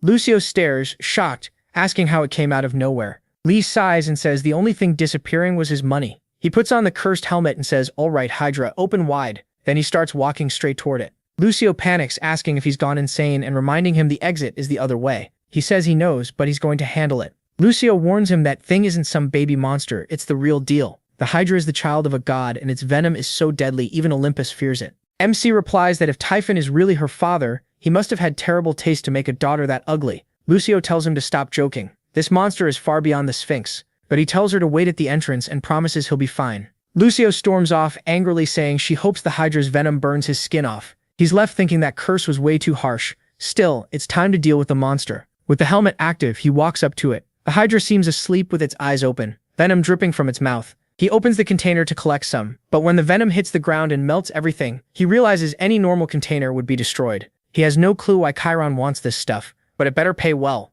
Then the whole cave starts shaking. The ceiling trembles like it's about to collapse, and he has no idea why an earthquake is ripping through the cave. Worse, he drops the container. Yeah, now he's in trouble. His hand is literally on the Hydra's eye, and he's wondering how he's supposed to steal its saliva now. The monster seems to look right at him, and he nearly screams, but it's only in his head. He doesn't make a sound. He covers his mouth and tells himself to calm down. As long as the helmet stays on, there's no need to freak out. Then a voice suddenly asks what's going on. It says, "It smells rotting underworld spirits," a scent it hasn't caught in ages, and asks if the boy came from Tartarus. Hydra quickly realizes she found him by smell. The voice tells him not to panic. It knows he's using Hades' helmet to hide himself. Seeing there's no point acting anymore, our boy stays still, as she asks why he came to her. Cold sweat runs down his back. There's no way he can admit he came to steal her saliva. The snake heads keep pressing him, and one big head guesses Hades sent him. They start bickering with each other, and then the voice demands an answer, asking why he still won't speak. He better not have come all this way just to wake her up for nothing. So he makes something up and says he only came to check on her. He takes off the helmet and claims he came from Tartarus to see how she's doing. That clearly catches her off guard. She guesses Cerberus must have sent him, and Hydra instantly agrees. Awkwardly, he says Cerberus hadn't seen her in a long time and wanted to know if she was okay. The Hydra says she never thought that bastard would care about his older sister. After more than 1,000 years without contact, she never expected this. That leaves Hydra stunned. This Hydra is insanely dangerous, so he knows he has to stay sharp. Outside, Lucio is furious and on the verge of tears. No matter what Hydra tries, she's sure he can't beat the Hydra, so she runs down the mountain to get help. On the way, she runs into Chiron, who asks why she's alone. She blurts out that Hydra is facing the Hydra. Chiron is shocked. He never thought the kid would go that deep into the cave. When she begs for help, he admits even a divine being like him can't beat that monster. Lucio demands to know what they're supposed to do. Chiron can only think that he should have sent the boy home instead of testing him. With a sigh, he tells her to lead the way. She asks if he's sure, and he says he won't let the boy die because of him. Back in the cave, Hydra is still in shock. He never expected the Hydra to have a human form. She says his reaction makes sense. Since being trapped there, she hasn't been able to use her real form. Not even her brother has seen her like this, so of course he's surprised. Hydra figures that brother has to mean Cerberus. The Hydra softly asks how her little brother is doing, saying she misses him dearly. He just tells her Cerberus is doing well. He eats 3 meals a day, works hard, and seems happy. Naturally, Hydra leaves out the part where Cerberus is now Persephone's pet. The Hydra smiles, relieved to hear it. Hydra quickly says goodbye and tries to leave now that his job is done. But the moment he turns, she tells him to stop and he freezes. She says anyone who came because of her little brother can't leave empty-handed.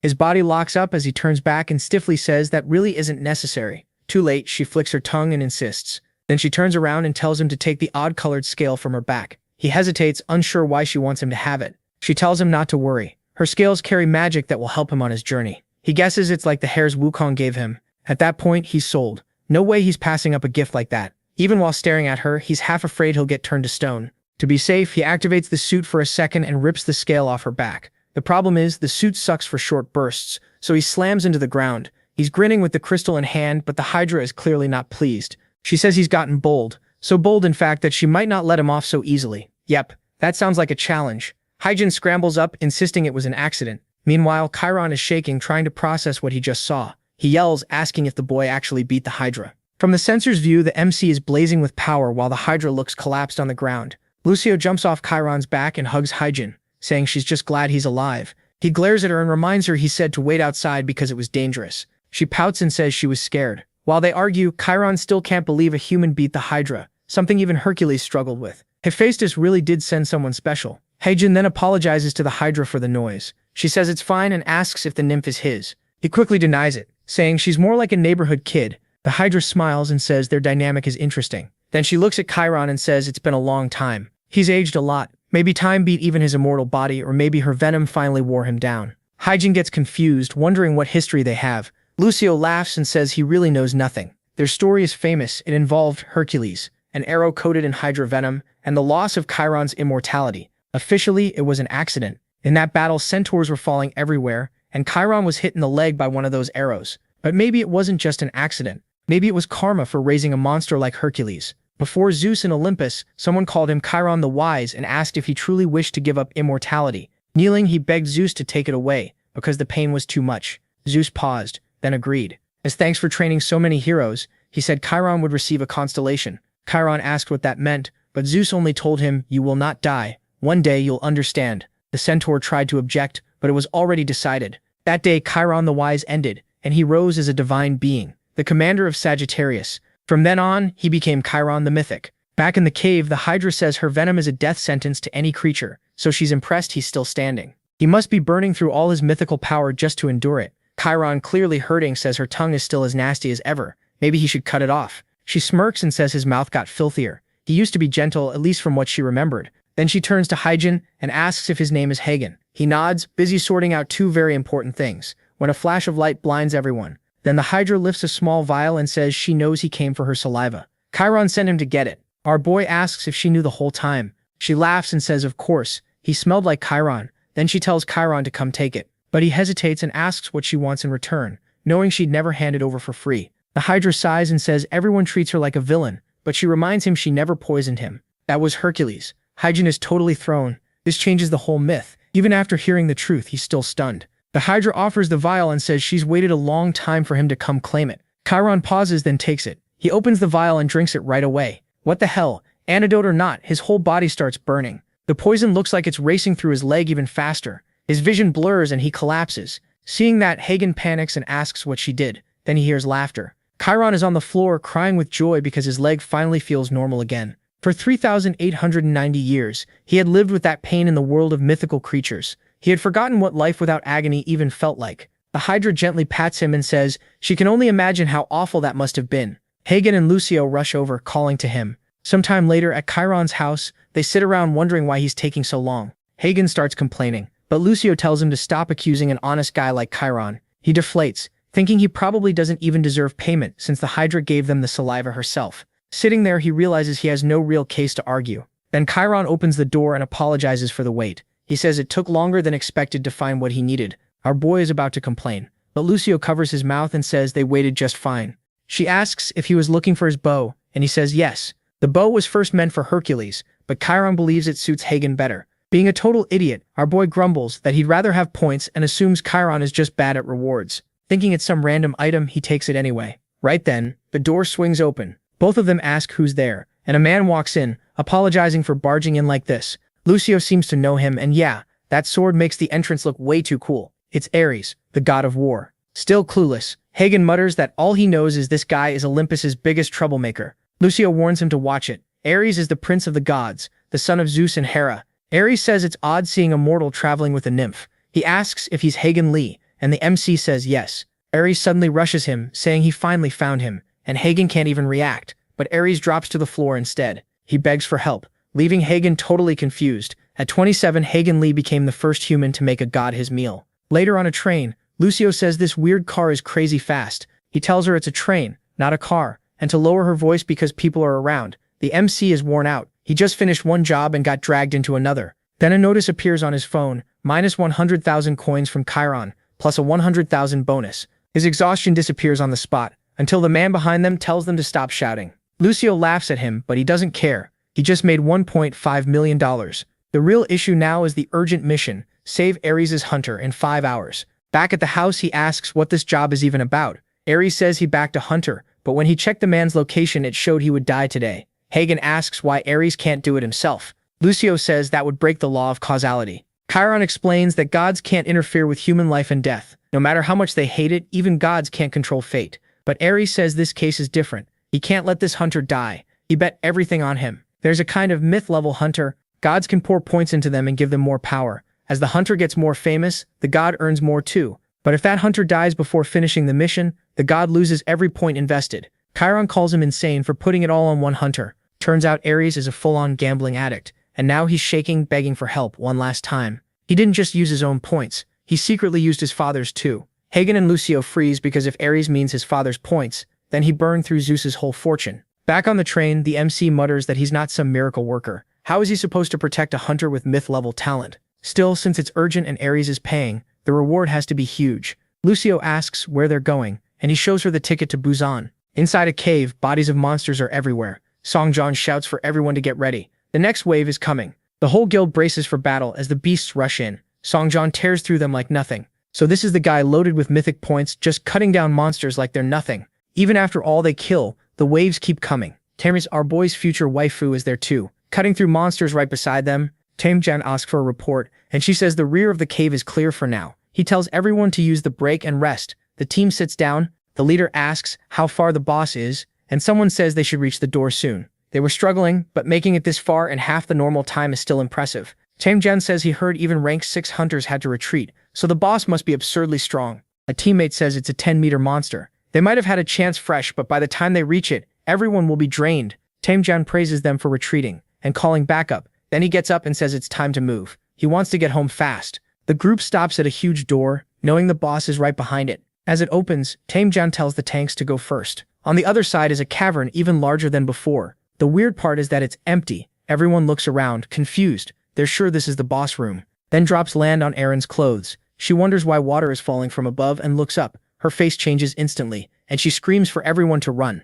Too late, a wave of purple liquid pours down on them. Sung-Jin calls out to her as several adventurers start getting dragged away. He turns on the informant and demands to know why none of this matches his report. The man starts shaking, then tentacles burst from his mouth as he whispers that he brought everything his mother wanted. It was a trap. Above them hangs a giant jelly-like monster covered in eyes, with tentacles reaching down. Then the scene shifts to a beach. Hagen and Lucio stare at the portal he has to enter to save, well, whoever it is. Yeah, like it's some huge secret we all know who he's going in for. Lucio, annoyed, asks why she can't come too. He tells her to be serious. This gate is the second biggest after Tartarus. He knows she's upset because he almost died yesterday, but he only has one helmet. Then he gets an idea and offers her cash, saying she can buy all the sweets she wants. Lucio throws the money back at him and says she's not that easy to bribe. He shrugs and says that's too bad because it could buy 50 pieces of candy. Her face changes the second she realizes how much that is. While she's still thinking about it, he steps into the portal and reminds her if a stranger shows up, send them away. A flash of light, and he's inside the dungeon.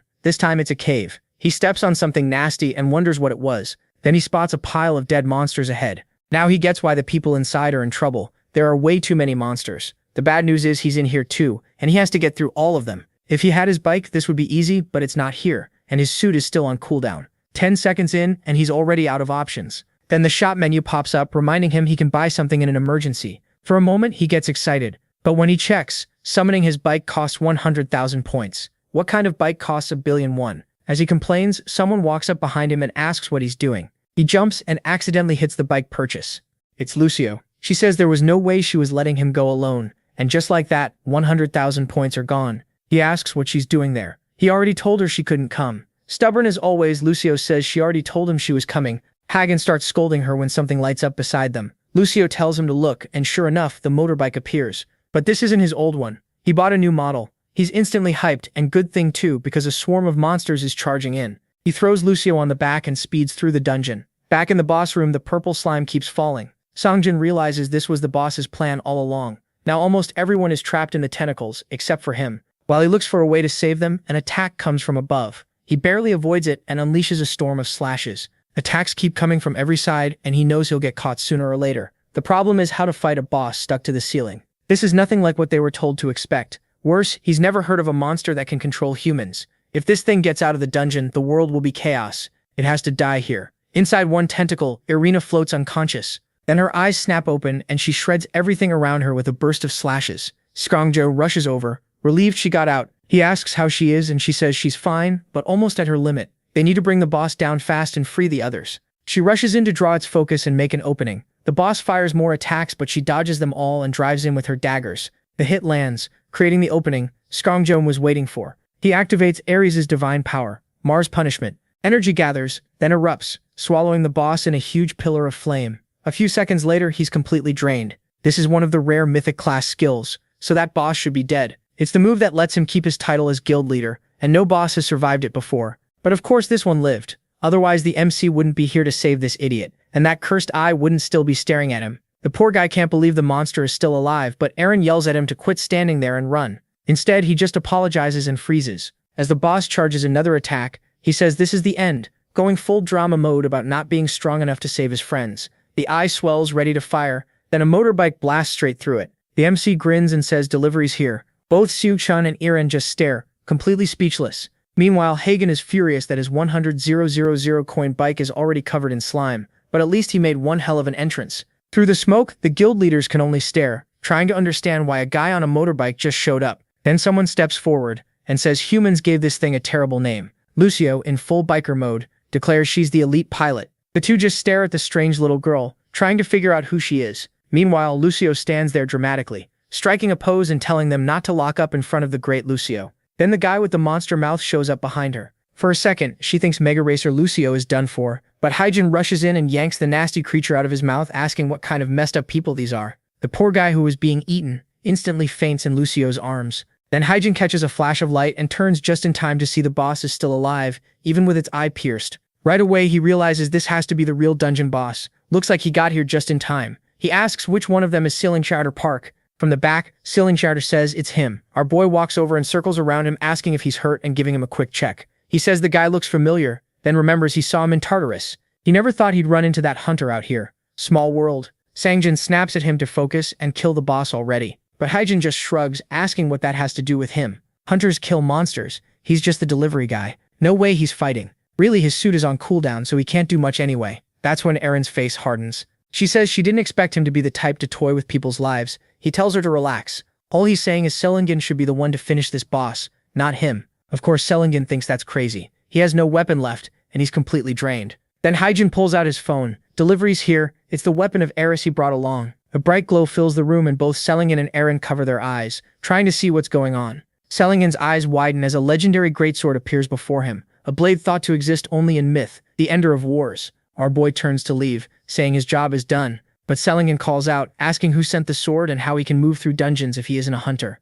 Hyjin turns back, his arms shining with divine power, and says, "You can call me the divine delivery man." He hops on his bike and adds that they'll talk later. Sung-Jin is left completely confused, wondering who that lunatic even is. At the same time, the boss starts charging another attack. With no other choice, Sung-Jin grabs the sword, his last shot. The second he touches it, red energy bursts upward, and a new power floods his body. For a moment, his whole form changes. He fully awakens into Ares' mythic form. Eren can only stare at the power pouring off him, while the boss readies its final strike. But now Sung-Jin is calm and sharp. He gets ready to attack, saying that for the first time, he feels like he can actually win. He activates Ares' divine power. The sword grows huge and bursts into flames. With one swing, he cuts forward. The boss fires back with its own attack, a full-on Dragon Ball-style clash. But unlike Goku, Sung-Jin isn't the protagonist. Even so, his attack crushes the monsters and completely vaporizes it. The blast forms an X and lights up the whole cavern. When the smoke clears, Eren can only stare. He didn't just kill the boss, he blew apart the entire ceiling too.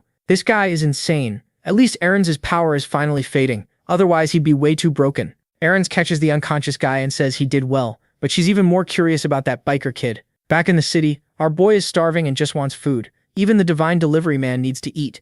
Meanwhile, the news is already reporting that the gate in Helheim city has been cleared, and according to them, it's all thanks to the country's strongest hunter Sung-Jin Park, or so they say. Lying in a hospital bed, Sung-Jin mutters that that's all anyone talks about, but he knows that without the delivery man he never would have had a chance. He glances to the side, deep in thought. That guy is no ordinary person, especially if he's handing out artifacts from the gods. Just then someone comes rushing down the hallway. Doyor bursts in yelling for the guildmaster and asking if he's okay. But the second he sees the boss, he mutters that the bastard doesn't even look that hurt. Then he gets excited, saying he heard the kid completely wreck the boss. No wonder he's the third strongest. He also asks what that red sword was and where the old one went. Sung-Jin simply says it broke. Doyon is stunned. That sword cost 100 billion, so how did it break? But the guy tells him not to worry, because the new one is way better. An item delivered by the divine delivery man. Doyon nearly loses it and starts drooling. No telling what he's thinking, but Sung-Jin says it's good he came, because he needs a favor. Now that he knows who that guy is, he wants Doyon to find his address.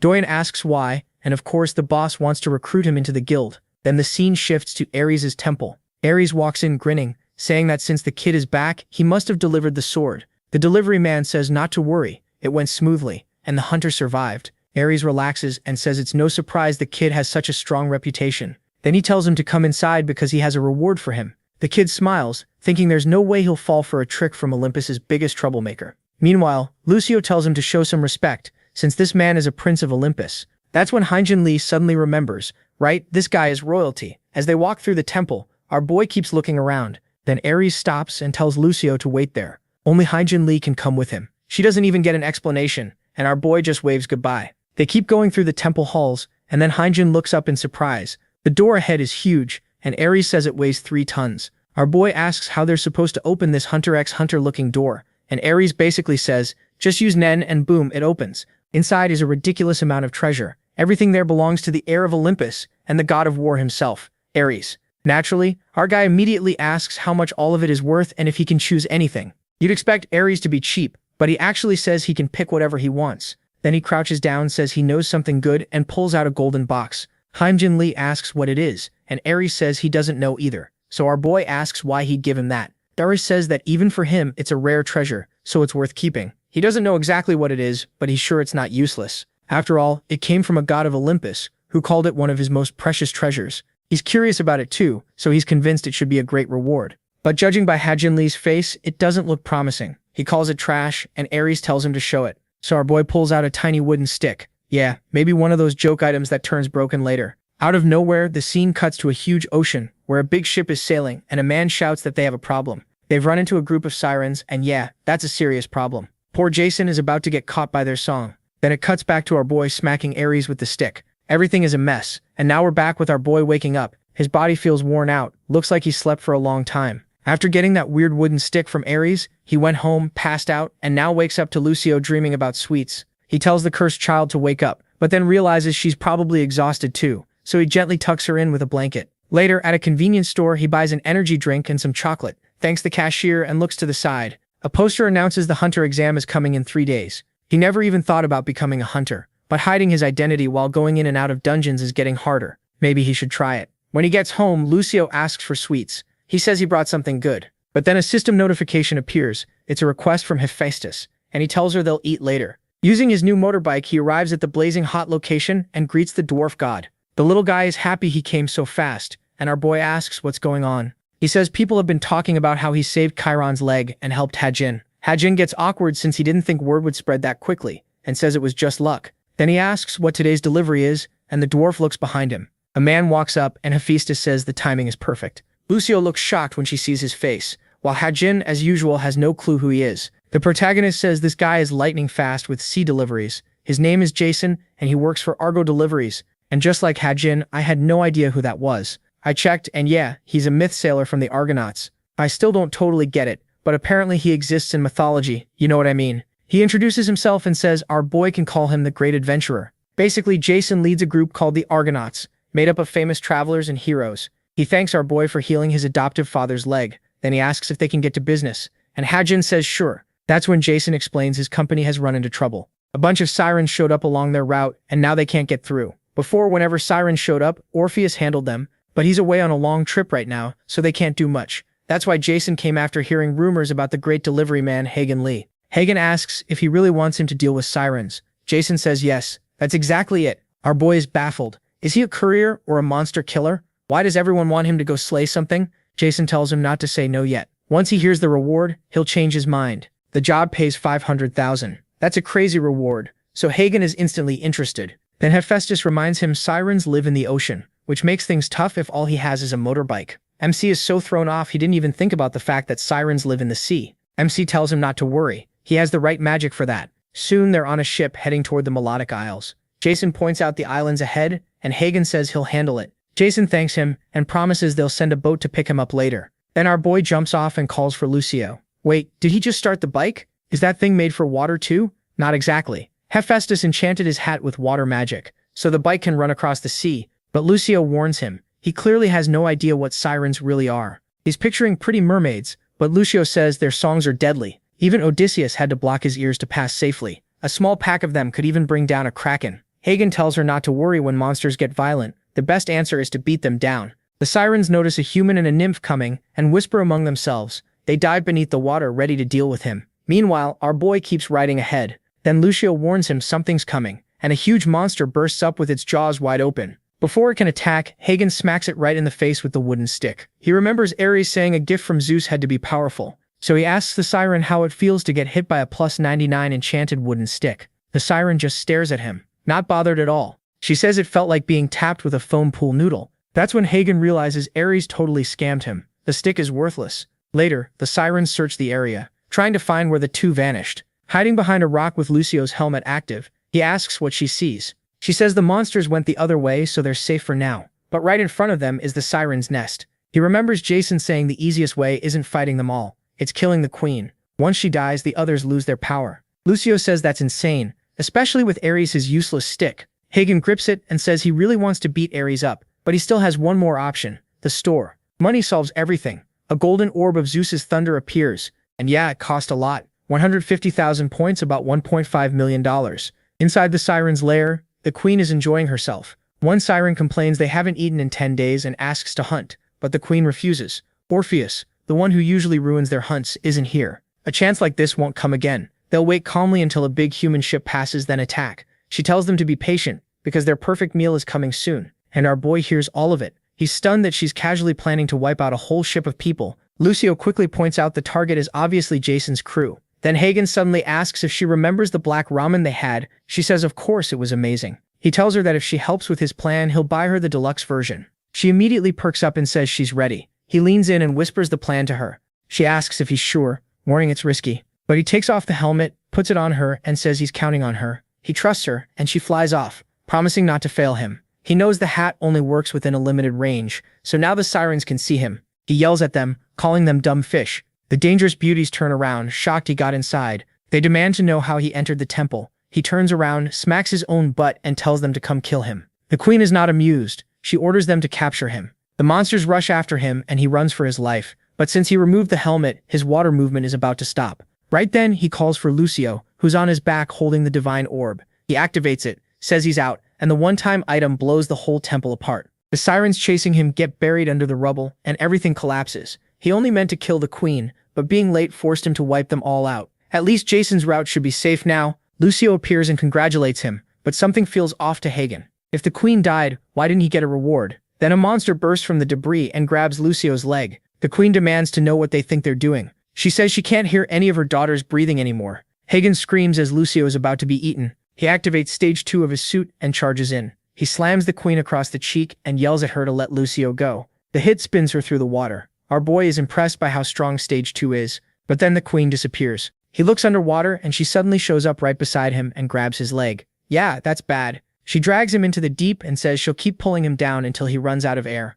Hagen starts thinking this might really be the end. He just bought his first apartment and still has so many points left to spend. He refuses to die like this. It's time to crush this boss. His great club kicks into overload at 100% power. He smashes it into her head so hard she's left shaking, then follows with a brutal combo straight to her face. The beating lights up the ocean, and Lucio is shocked to see him still standing. With the giant club in hand, he declares justice served. The sirens are done. Later at a Chinese restaurant, Lucio is eating happily. She says the fancy food is delicious. He smiles, glad she likes it. From now on, if she wants something, she just has to ask. He'll pay for it. He knows things could have gone badly, but thanks to Lucio, they survived and beat the sirens. Of course, he still makes sure to mention he landed plenty of hits on the queen. Then he tells her to enjoy herself. She earned it. After all, he now has 633,000 points, which is about $6 million. Even after spending 150,000 on Zeus's power, he still made a huge profit. Now he's actually getting interested in fighting monsters, and that reminds him of the hunter exam. Lucio asks what that is, and he jokes that it's fried pork and tells her to dip it in the sauce. While they keep eating, she says it's delicious, so he tells her the whole plate is hers. Too lazy to keep dipping, she just pours all the sauce over it, and he immediately bonks her on the head for having no manners. Later, they get back home completely worn out. She ate a ton, and he tells her she went way too far. He's been working nonstop and starts thinking about taking a break, but then the doorbell rings and someone asks if he's home. He drags himself over and says he's coming. At the door, someone in a mask, glasses, and beanie asks if he's Ha-Jun Lee. Our boy instantly thinks it's some creep and slams the door, saying he's not buying anything. The stranger keeps insisting, and Hagen gets annoyed. What kind of door-to-door salesman knows your full name? Lucio asks who it is, and he says some pushy salesman. Outside, the guy keeps pounding on the door, saying he knows exactly who Ha-Jun Lee is, the divine courier. Now MC is in trouble. He opens the door and sees Sung-Jin holding a huge sword. Our boy asks why he's here, and Sung-Jin says it's simple. He wants to recruit him into the Yangwen Guild. Later at a cafe, Sung-Jin says before they talk business, there's something he wants to give him for helping last time. Hagen takes it and instantly gets 500,000. Easy money. Smugly, he says there was no need to give him that much. Sung-Jin tells him not to worry and says they should get down to business. If he joins the guild, he'll get a 200,000 signing bonus and 300,000 a year. He'd also earn extra based on his work. Sung-Jin asks what he thinks. Sure, no hunter would turn down money like that. Back at the hospital, Dui-Yim told him Ha-Jin wasn't even a real hunter. He didn't have a license. Even so, he was making deliveries inside Tartarus, beat the 8 Trigrams, and somehow got dragged into another dungeon. Licensed or not, bringing him in would make the guild a fortune. Sung-Jin is fired up, but the boy apologizes and refuses. Money. Sung-Jin is pumped until our boy apologizes and says he's going to decline. The idiot was already talking like it was settled, but Ha-Jin tells him again he's not taking the deal. Outside, Sung-Jin desperately says they can change the offer, but our guy says he doesn't want to join any guild. The guild leader asks what could possibly be better than an offer that big. He holds up his phone and says the answer is simple: deliveries. As soon as he accepts a request, a bright flash blinds Sung-Jin and the boy disappears. Next, they're in the mountains, and Lucio points out he was supposed to be resting today. Sweating hard, he says that was the idea. He didn't expect the customer to be all the way on top of a mountain. Normally, taking a request teleports him right to the customer. But this time he got dropped at the bottom and has to climb the rest himself. He blames Sung-Jin for wasting his time with that guild pitch when he never wanted in. He may have suits with cooldowns, but he doesn't really have powers, and deliveries pay way better anyway, so Sung-Jin can forget it. After a while, they finally make it to the top. They're both worn out when his face suddenly goes serious. In front of him are huge black slimes covered in eyes. He wonders what the hell this thing is, and Lucio says she has no clue either. Then he steps on one of them and gets the same feeling as that creature from the dungeon. He asks if she knows any myth creature like this, but she doesn't. Just as she says she might have an idea, the ground shakes. A monster rises behind him, and he thinks they're done for. Then a golden figure rushes in and throws one punch, blowing it apart. Startled, he hears the man complain he's too old for fights like this. The scarred man sighs that his body isn't what it used to be, then speaks into his radio and says he's heard a lot about the kid. Our boy is shocked by the legend standing there and wonders if this is the client. He asks Lucio who the guy is, and she says of course she knows. He's the hero who completed the 12 labors given by Hera, the one who helped the gods beat the giants, Hercules. Embarrassed, the hero says that old story makes him shy. The boy then realizes this is also the man who shot the poisoned arrow into Chiron's leg. Hercules asks if he was the one who helped Chiron recover. Awkwardly, he says the hydra did the work, not him. Hercules slaps his back, nearly breaking the suit, and says he's still grateful. He confirms Lucio was right. He's Hercules, a demigod from the past who now protects Olympus. Skipping a long intro, the boy and Lucio just give their names. Hercules explains he called them because he needs help. When asked with what, he points to a cave and tells them to look. During the giant attack, that cave turned into a gateway for monsters entering Olympus. Lately, strange tentacle creatures have been coming out, and he's never seen anything like them, so he thinks they may be from another world. The boy suspects this is tied to the monster from the dungeon. Hercules says the job is simple: find out where the monsters are coming from. Right then, a mission pops up with a 24-hour limit. If he fails or cancels, he'll lose 200,000 coins. What the hell? But one look at Hercules' huge muscles, and he quickly says he'll do his best to solve it fast.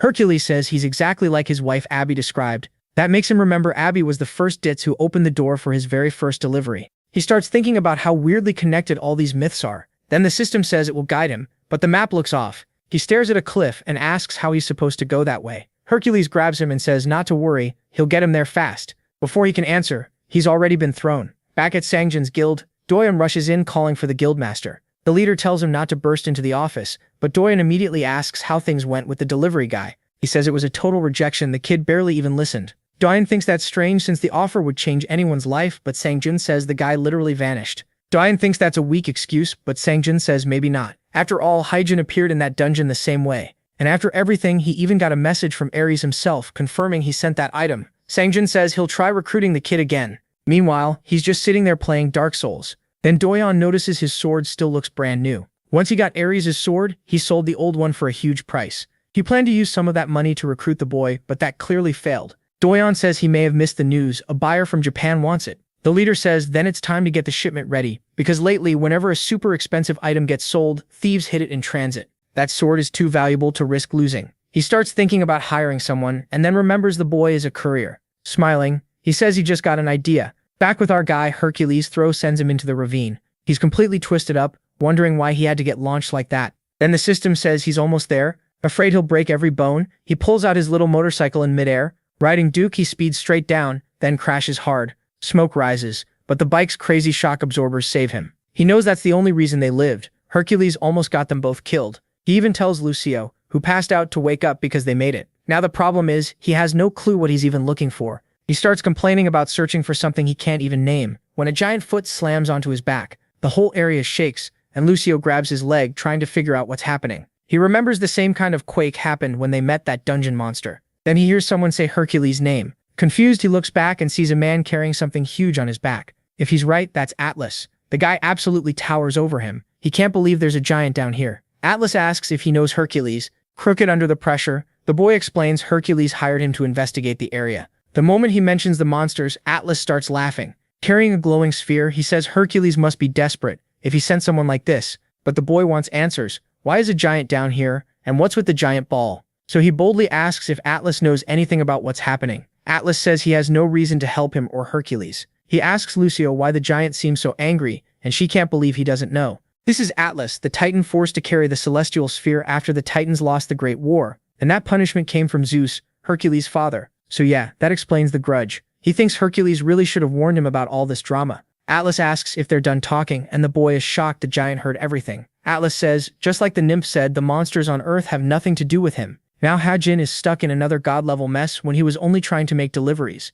For some reason, he tries acting cute and asks if Atlas can really say no to this adorable face. Atlas tells him to shut up before he gets crushed. But the boy says he won't ask for free. If Atlas gives him the truth, he'll do any favor in return. That makes the Titan's face change, and Lucio panics, saying he's being way too reckless. Atlas laughs, saying it's absurd. A human can't possibly do a favor for a god, but our boy just says he might be surprised. The Titan thinks it over, then agrees. For a human, he's got guts, so Atlas wants a golden apple. If he can bring one back without dying, then he'll deserve to hear what the slimes are planning. Lucio instantly says that's impossible and tells him not to accept. Golden apples are incredibly rare. They only grow on Gaia's trees, and gods usually give them as wedding gifts. Before she can keep going, he covers her mouth. Then he asks Atlas, "That's really all you want?" He suddenly remembers Atlas isn't a god. He's a Titan. Atlas confirms it and gives his word, but our boy pushes further and tells him to swear by the river Styx. In myth, if a god breaks an oath made on that river, they lose their power for a time. Atlas smirks and holds out his pinky, impressed. Still, he agrees and swears by the river Styx. Our boy pulls out his phone and says now he can't take it back. Since a golden apple only costs 1,000 points, Atlas is basically doomed. He buys one from the shop, and a golden apple appears in his hand. He holds it up right away and says, "Here's your order." Atlas just stares, looking completely dumbfounded, like this brat has to be joking. Outside the cave, purple slimes are crawling everywhere. Hercules keeps smashing everyone that comes out, while wondering why Sung-Jin and Lucio are taking so long. Then it hits him. Did he even mention Atlas? He brushes it off, figuring they'll manage somehow. Then a blue flash appears in the distance. Someone rushes in at top speed. It's our boy, tearing through the sky on his motorcycle as the suit fuses with it. He gets there so fast, Hercules is ready to praise him, until the bike wheel smashes him right in the face. Yeah, he just crashed into a god. He stands there awkwardly, though honestly it feels a little intentional after getting tossed earlier. A little later, he's flat on the ground apologizing and claiming it was an accident. Hercules says it doesn't matter, the kid couldn't really hurt him anyway.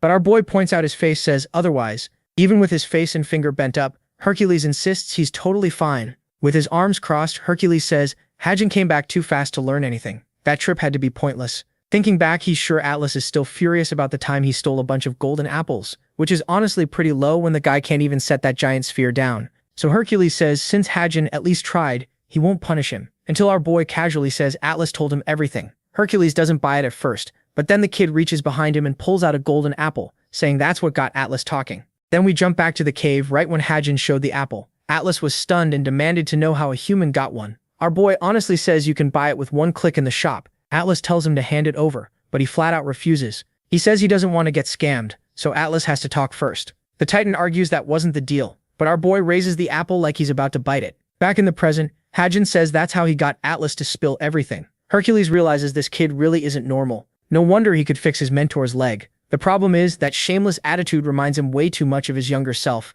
In the end, he just tells him to give the information already. Our boy says Atlas spoke in riddles, so he didn't fully get it either. Then he repeats it. The earth will split into 7 parts, and blue flames will appear here and there. Hercules starts sweating at once. This is worse than he feared. Just as he thought, these creatures came from another world and the one place he didn't want. Now he remembers. Hajin is one of the few people who can move between the human world and the myth world, and somehow fate put an ordinary nymph right beside him too. To him, the three goddesses of fate are cruel and beautiful. He can't understand why they'd place such a heavy load on a young human boy. Now even I'm curious. Then our boy holds out his hand and Hercules asks what he wants. Hajin says he shouldn't have to explain. It should be obvious. He finished the delivery, so now it's time to get paid. Later, while Hercules sits on top of the dead monsters, someone suddenly appears and asks what he thinks of the kid after meeting him in person. It's Hermes, waving as he says he got there after the two had already left. Hercules speaks to him respectfully, but Hermes says that's not needed. Even so, the big guy says he can't treat him casually. Hermes helped him a lot during the 12 labors. Hermes sighs and says he's not here to chat. He also tells Hercules to stop ignoring Ares, but Hercules just shrugs. That guy always picks fights and disrespects him, so he stopped talking to him. Hermes laughs, saying Hercules really is bad at making friends, then asks if things are still bad with Atlas. Hercules instantly says there's no way he's going down there to apologize to that bastard. Then Hermes asks if the place Atlas described to the kid is the one they both mean. Hercules repeats the riddle about the land splitting and fire, and says it has to be that place because the prophecy matches it exactly. Hermes raises his staff ready to leave, saying they need to start preparing. He says he'll warn everyone, but Hercules tells him not to bother. He says the kid is the one tied to all this, but Hermes just grins and tells him to relax. That kind of message is his job. Then he takes off, telling Hercules to greet the old man for him. After he leaves, Hercules powers up and looks over the creatures, saying it's finally time to deal with them. Back with Hagen, Lucio is dead asleep. Our boy yanks the blanket off her. She sits up half asleep, mumbling for 5 more minutes. He tells her to get moving now, they have to go. Still groggy, she asks where they're headed this early, and he reminds her it's the hunter exam today. Still confused, she says she remembers him mentioning it but has no clue what a hunter exam even is. He calls her an idiot for agreeing to come without knowing that, and she just says staying home is boring. Meanwhile, he's already packed everything, his registration card, supplies, and of course the wooden bat. Lucio shows up with messy hair like a broom and says she's ready too. He throws on a cap and tells her to hurry up. At the association, the two arrive and look around at all the flashy hunters, while our boy looks like a regular nobody. But under the hoodie, the sneaky bastard came prepared. A man with a mic announces the exam has begun and calls the first numbers forward. The first candidate faces 3 goblins with a huge axe in hand. The goblins rush him and he cuts one clean in half. Our boy thinks 3 goblins is way too easy. Any normal person could beat that. So he figures the test isn't about whether you can kill, but how you do it. Then they call number 38, him. So yeah, the hunter exam is basically an octagon fight. Standing inside, our boy plans to pass quietly without drawing attention. But the moment his suit activates, a red-haired recruiter in the crowd notices him. It's that woman from the enemy guild, the dangerous one. Then the chapter jumps away from him for a moment. Another guy destroys the goblins with his bare hands and everyone starts hyping him up. But a chubby guy eating chips says strength alone isn't enough. He still lacks what a hunter really needs. The blonde beside him agrees, saying maybe the real standout still hasn't appeared. The redhead tells both old guys to shut up, then says these fighters aren't even good enough for a second-rate guild. It's Johann, the same woman who caused chaos with the Black Dragon Guild. Pretty wild. She slaughtered hunters and wrecked everything. And now she's calmly judging rookies. She's wondering how it all ended up like this. Not long ago, Black Dragon was the second best guild in the country. And with that dragon tattoo on her thigh, she had real influence. But after the scandal with the 8 Trigrams, the guild lost a ton of support. Now she's stuck scouting new members and hoping to find at least one decent recruit. Then candidate 38 gets called. Lucio cheers from a distance while our boy stands there awkwardly. He wants to pass, but he really doesn't want to stand out and make life harder. The goblins rush him while he's trying to stay unnoticed, but his suit's danger sense kicks in and he dodges at the last second. He quickly notices these things are much slower than the sirens he fought. Honestly, he could probably dodge them even without the suit. The redhead watches closely and says, number 38 moves in an interesting way. At the same time, she feels like there's something familiar about him. He still hasn't attacked, he's just dodging with ease. After a while, he decides to throw one punch, just enough to kill them without making a scene. But the second his fist lands, the goblin turns to dust right in front of him. She instantly knows who he is, the one she came to find. A little later, someone congratulates him and hands over his badge. Turns out, he got the 3rd highest score ever. They say he's bound to become a top hunter and congratulate him again. Haijin thinks becoming a hunter felt way too easy for such a big deal. Lucio runs up, praising him for the fight, then says it's time to eat. He grabs her and says they're getting pork. Then someone steps in. She politely introduces herself and says it's nice to meet him. With red hair and red eyes, she names herself Juhan from the Black Dragon Guild. He recognizes her right away and knows she's bad news. She says his fight impressed her and starts asking if he'd join Black Dragon. Before she can finish, he walks right past her and says he's not interested. Stunned, she tells him to wait, but he only thanks her and says he doesn't plan to join any guild. She refuses to let him go. Someone like him could help put her guild back on top, so she quickly offers 5 billion won, about $5 million plus a bonus. Hye-jin stops for a second, and she thinks she finally got him. He repeats the amount, and she confirms it. Sure, that's enough to win him over. Instead, he looks at her like she's clueless, and asks if Black Dragon is really that broke. Lucio adds that they just sound cheap. He keeps walking while she chases after him, yelling that he won't get a better offer. Hye-jin calmly says he already has. Then he drops the bomb. Sung-Jin's guild offered 20 billion. She freezes on the spot. He leaves her standing there completely crushed. Sometime later, he and Lucio make it to a restaurant. The TV is already talking about a promising new hunter. He's shocked. It's only been an hour since the test and he's already on the news. He tells Lucio to order and calls the waiter, but before he can react, the food is already being set on their table. It's Sung-Jin, saying the service is fast and the food is great. Hye-jin sighs and asks if this guy plans to keep tailing him. Sung-Jin insists it's just a coincidence. They just happen to run into each other. The MC cuts him off and says if this is about joining the guild, the answer is no. Sung-Jin tries bringing up the hunter exam, but Hye-jin shuts that down too, saying it has nothing to do with this. He wants a quiet life, so joining a guild and getting more attention is the last thing he wants. Then Sung-Jin says he's got it wrong. This isn't a recruitment pitch. He wants to hire him as the divine courier. He explains there's an item that must be delivered to Japan in 2 days. The trouble is, dangerous women have been stealing shipments. He admits delivery work is his specialty, even if he doesn't like bragging. Still, he gives him a look and says the pay better be worth it. Sung-Jin tells him not to worry. The offer will satisfy him. When Hye-jin sees the 2, he assumes it means 200 million. Sung-Jin corrects him. It's 2 billion. Instantly, Hye-jin slams his face on the table and promises the delivery will be flawless. While Lucio keeps eating, Sung-Jin says he fully trusts Hye-jin's delivery skills. Then the story cuts to an apartment, where a girl on the floor says to just give the order. Herms. Yeah, this already feels shady. In the next scene, they're aboard a huge cargo ship. Lucio is blown away, and our boy explains the whole thing belongs to the Young One Guild. He never expected to be somewhere like this. It feels more like guarding cargo than making a delivery. Then 2 guards stop him and ask for ID. He casually shows his black card and says he's there for the Young One Guild. The guard sees the VIP card and immediately lets him through. Later, as they move deeper into the ship, Lucio says it's huge, though still smaller than the Argonauts Company ship. Hye-jin laughs at how proud she is of Olympus. Then they reach a container sealed with a heavy security lock. The sword has to be inside. It sticks out way too much, but once he confirms it and the door opens, he gets why they didn't bother hiding it. The sword is trapped behind bars, chains, and every security measure possible. He thinks it's strange, who would even dare try stealing something this protected? Lucio looks surprised, so he asks if she knows this weapon. Of course she does. She says it's Durandal, the legendary sword. Hye-jin admits she knows her stuff, then cuts her off before she can boast. Yeah, he gets it. She's some super special nymph. Lucio asks what they do now, and he says they stay here and make sure the sword arrives safely. The problem is it's boring, but he can't risk losing those 2 billion. It sounds like a lot for one job, but if the sword gets stolen, they'd be paying for something worth far more. Then a horn sounds. The ship is finally leaving. At that exact moment, a strange gas starts filling the container. Outside, the heavily armed guards stay weirdly calm, then the gas reaches them and they drop to the floor. At that point, anyone could just take their weapons. That's when a dangerous-looking woman in a tight outfit appears. With a sparkle in her eyes, she cheerfully says Phase 1 is complete. Inside the container, our boy is already out cold. Then flick. A sharp snap hits his forehead. Lucio wakes him and he jumps up, shocked he passed out so easily. She tells him strange smoke spread through the ship, and now everyone is asleep. He quickly covers his nose, wondering if it's some kind of sleeping gas. He checks the sword first. Thankfully, it's still there. What's strange is his suit should have protected him from something like this. So maybe the thief used a special power. When he opens the door, he sees a woman standing there, arms crossed, praying. She's asking the gods for strength so she can be an honest thief tonight. He already knows this girl is ridiculous. Without wasting time, he opens the store menu. Buying the right item would lock down the mission, but then the thief moves. A green flash cuts through the air. A rope wraps around her arm and she instantly realizes it isn't normal. It's binding her like a web. When she looks back, Hagen casually says he caught a little thief. The item he bought was Raken's rope, a powerful binding rope that snaps if too much force is used. Now the thief is crying on the floor, saying the gas came from her god,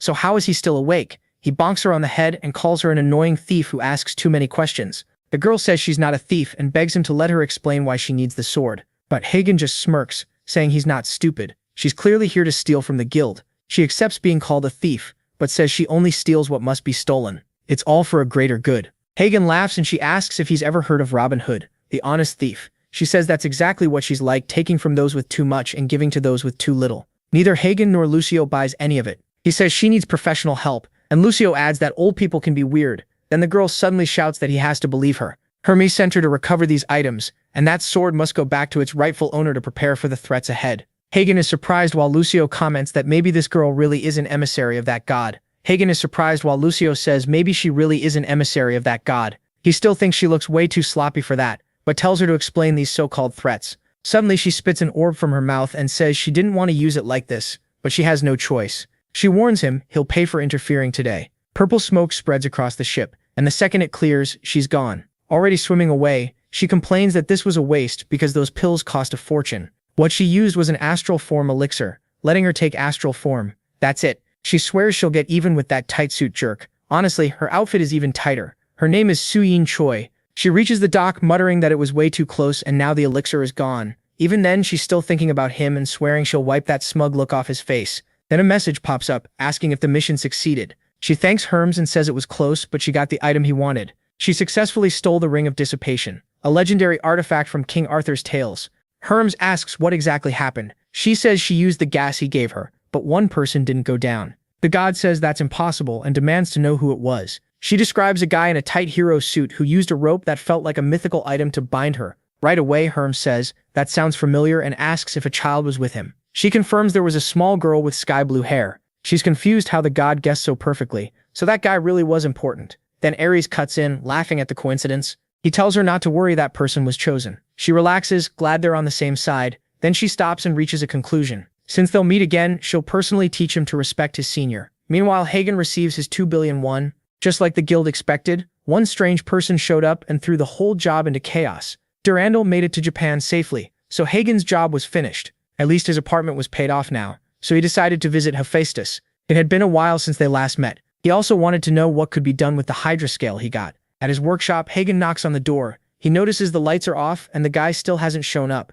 Lucio quickly says they should leave and get food instead, but then someone calls Hagen's name. He turns around and nearly jumps out of his skin. It's Hephaestus, and one look at him tells Hagen someone dangerous is here. The protagonist points to a powerful woman and says she's the divine Courier. She smiles and greets him. Then he introduces her as Phrygia, leader of the Valkyries, the one who even taught magic to Odin himself. But MC totally gets the wrong idea and thinks his friend is cheating on his wife. He grabs Hephaestus by the collar and asks if he thinks he's turned into Zeus. MC hurriedly says she's just a client. The woman laughs, saying Hagen must be quite something to assume she was having an affair with him. The dwarf stays calm while our boy ends up face down, apologizing. Once that's over, he says they should get to business. He wants Hagen to deliver a letter. The job is to take it to the ruler of Helheim and look into the strange events in Valhalla. He has 120 hours and will get 500,000 points. Hagen repeats the names, confused, while Lucio starts shaking. She explains that's the Norse land of the dead, which means this mission will be insanely dangerous. Now that he's rich, Hagen really doesn't want to risk his life.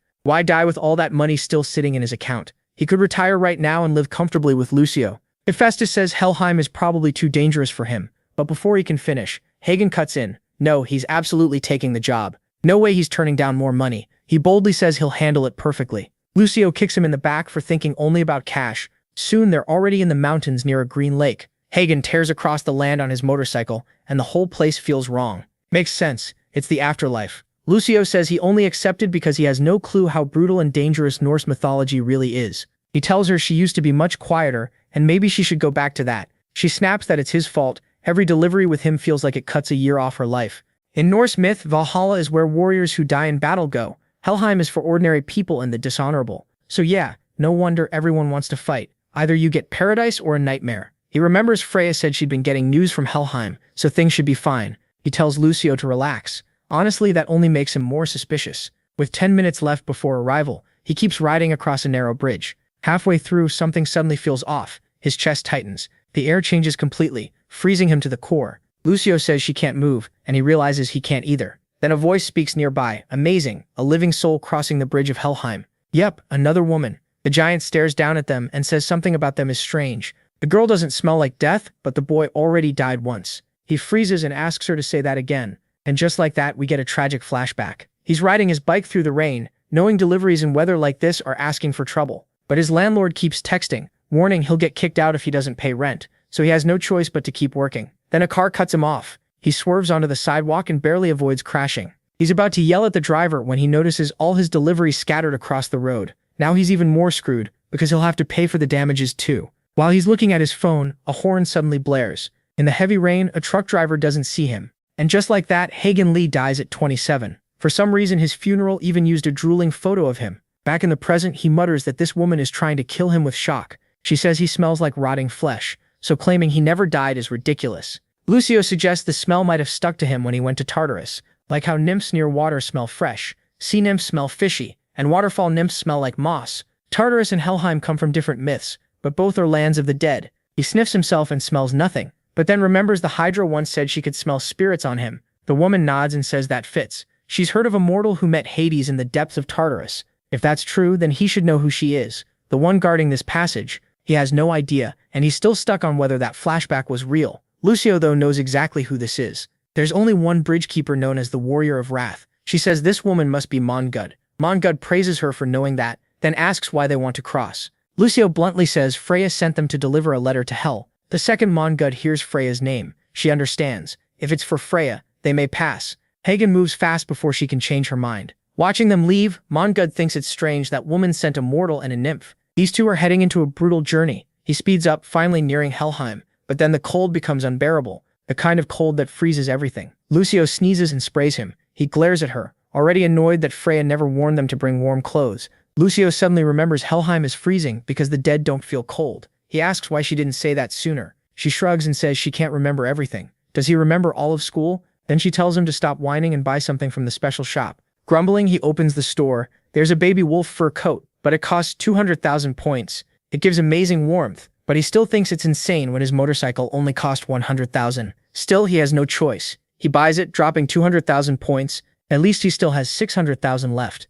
After putting it on, he tells himself he'll get at least 500,000 back once the mission is done. Then he notices Lucio is wrapped up in a coat too, smiling. He didn't expect it to cover her too, then figures it must work like an area effect that protects nearby people. The next second, he speeds up again, determined to finish this fast, now that the cold doesn't bother him. But after a while, they're still trapped in the snowstorm, and it's getting worse. The coat keeps him warm, but the bike is slowing down. Worse, the map stops working too, so they stop behind a big rock. Lucio says if they kept going, they'd probably get buried. He tells her to quit being dramatic. He only stopped to check if his signal came back. This guy is seriously obsessed with deliveries. He still has 41 hours left, but after checking the map, he realizes they'll barely make it if nothing delays them. Lucio suddenly asks if he's not dumb enough to fall asleep out here, right? But she's actually pointing at something strange coming their way. He steps out from behind the rock to look and feels heavy footsteps shaking the ground. He expects some kind of monster. Instead, it's a muscular guy in a Speedo sprinting at them. The man yells for them to run if they want to live.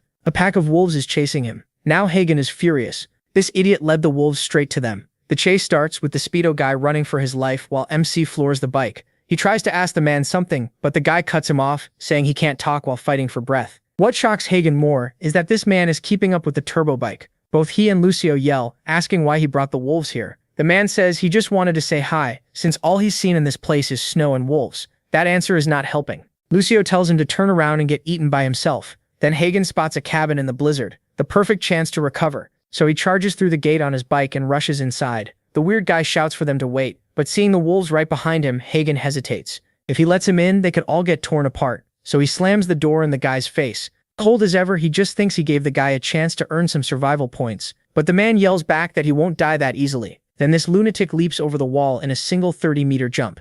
Lucio is completely stunned. He lands right in front of Hadrian and smirks, telling him not to look so shocked if there's no barrier. A real man can't beat. Hadrian can't lie, that speech actually kind of gets to him. The Speedo guy walks up, ready to introduce himself, but Hadrian cuts him off and says there's no need. He ignores that and proudly announces he's Sigurd, descendant of Odin, and a famous warrior of the Valson family. With no better option, Hadrian says it's nice to meet him. Sigurd says the same, but Lucio already knows exactly who he is. She lights up like a fan meeting a celebrity and blurts out that he's the legendary hero Lufafnir. If this half-naked guy really killed a giant dragon, he's absurdly strong. Lucio explains his title is the Dragon Slayer. The shameless guy acts humble, saying the stories are exaggerated, but Hadrian can already tell he loves the attention. Sigurd says they shouldn't stay out in the cold and should head into the cabin. Hadrian is still wary since he has no idea who owns it. Sigurd just points out that standing outside to be eaten by wolves would be even dumber. Fair enough. After all that running, Hadrian checks the map and sees they're much closer now, so resting a bit might not be a bad idea. Inside the cabin, they settle in by the fire. Sigurd asks who they are and what brought them here. Hadrian says he's delivering something to someone very far away. Sigurd looks puzzled, saying it's his first time seeing a courier in Helheim. Then Hadrian asks why he didn't just kill the wolves if he's really the Dragon Slayer. Lucio agrees it would have been easier to just wipe them out, but Sigurd reminds them of one key thing. They're in Helheim. Inside, Hadrian thinks the castle looks pretty normal for the underworld. Then Sigurd suddenly stops as a maid named Ganglut appears.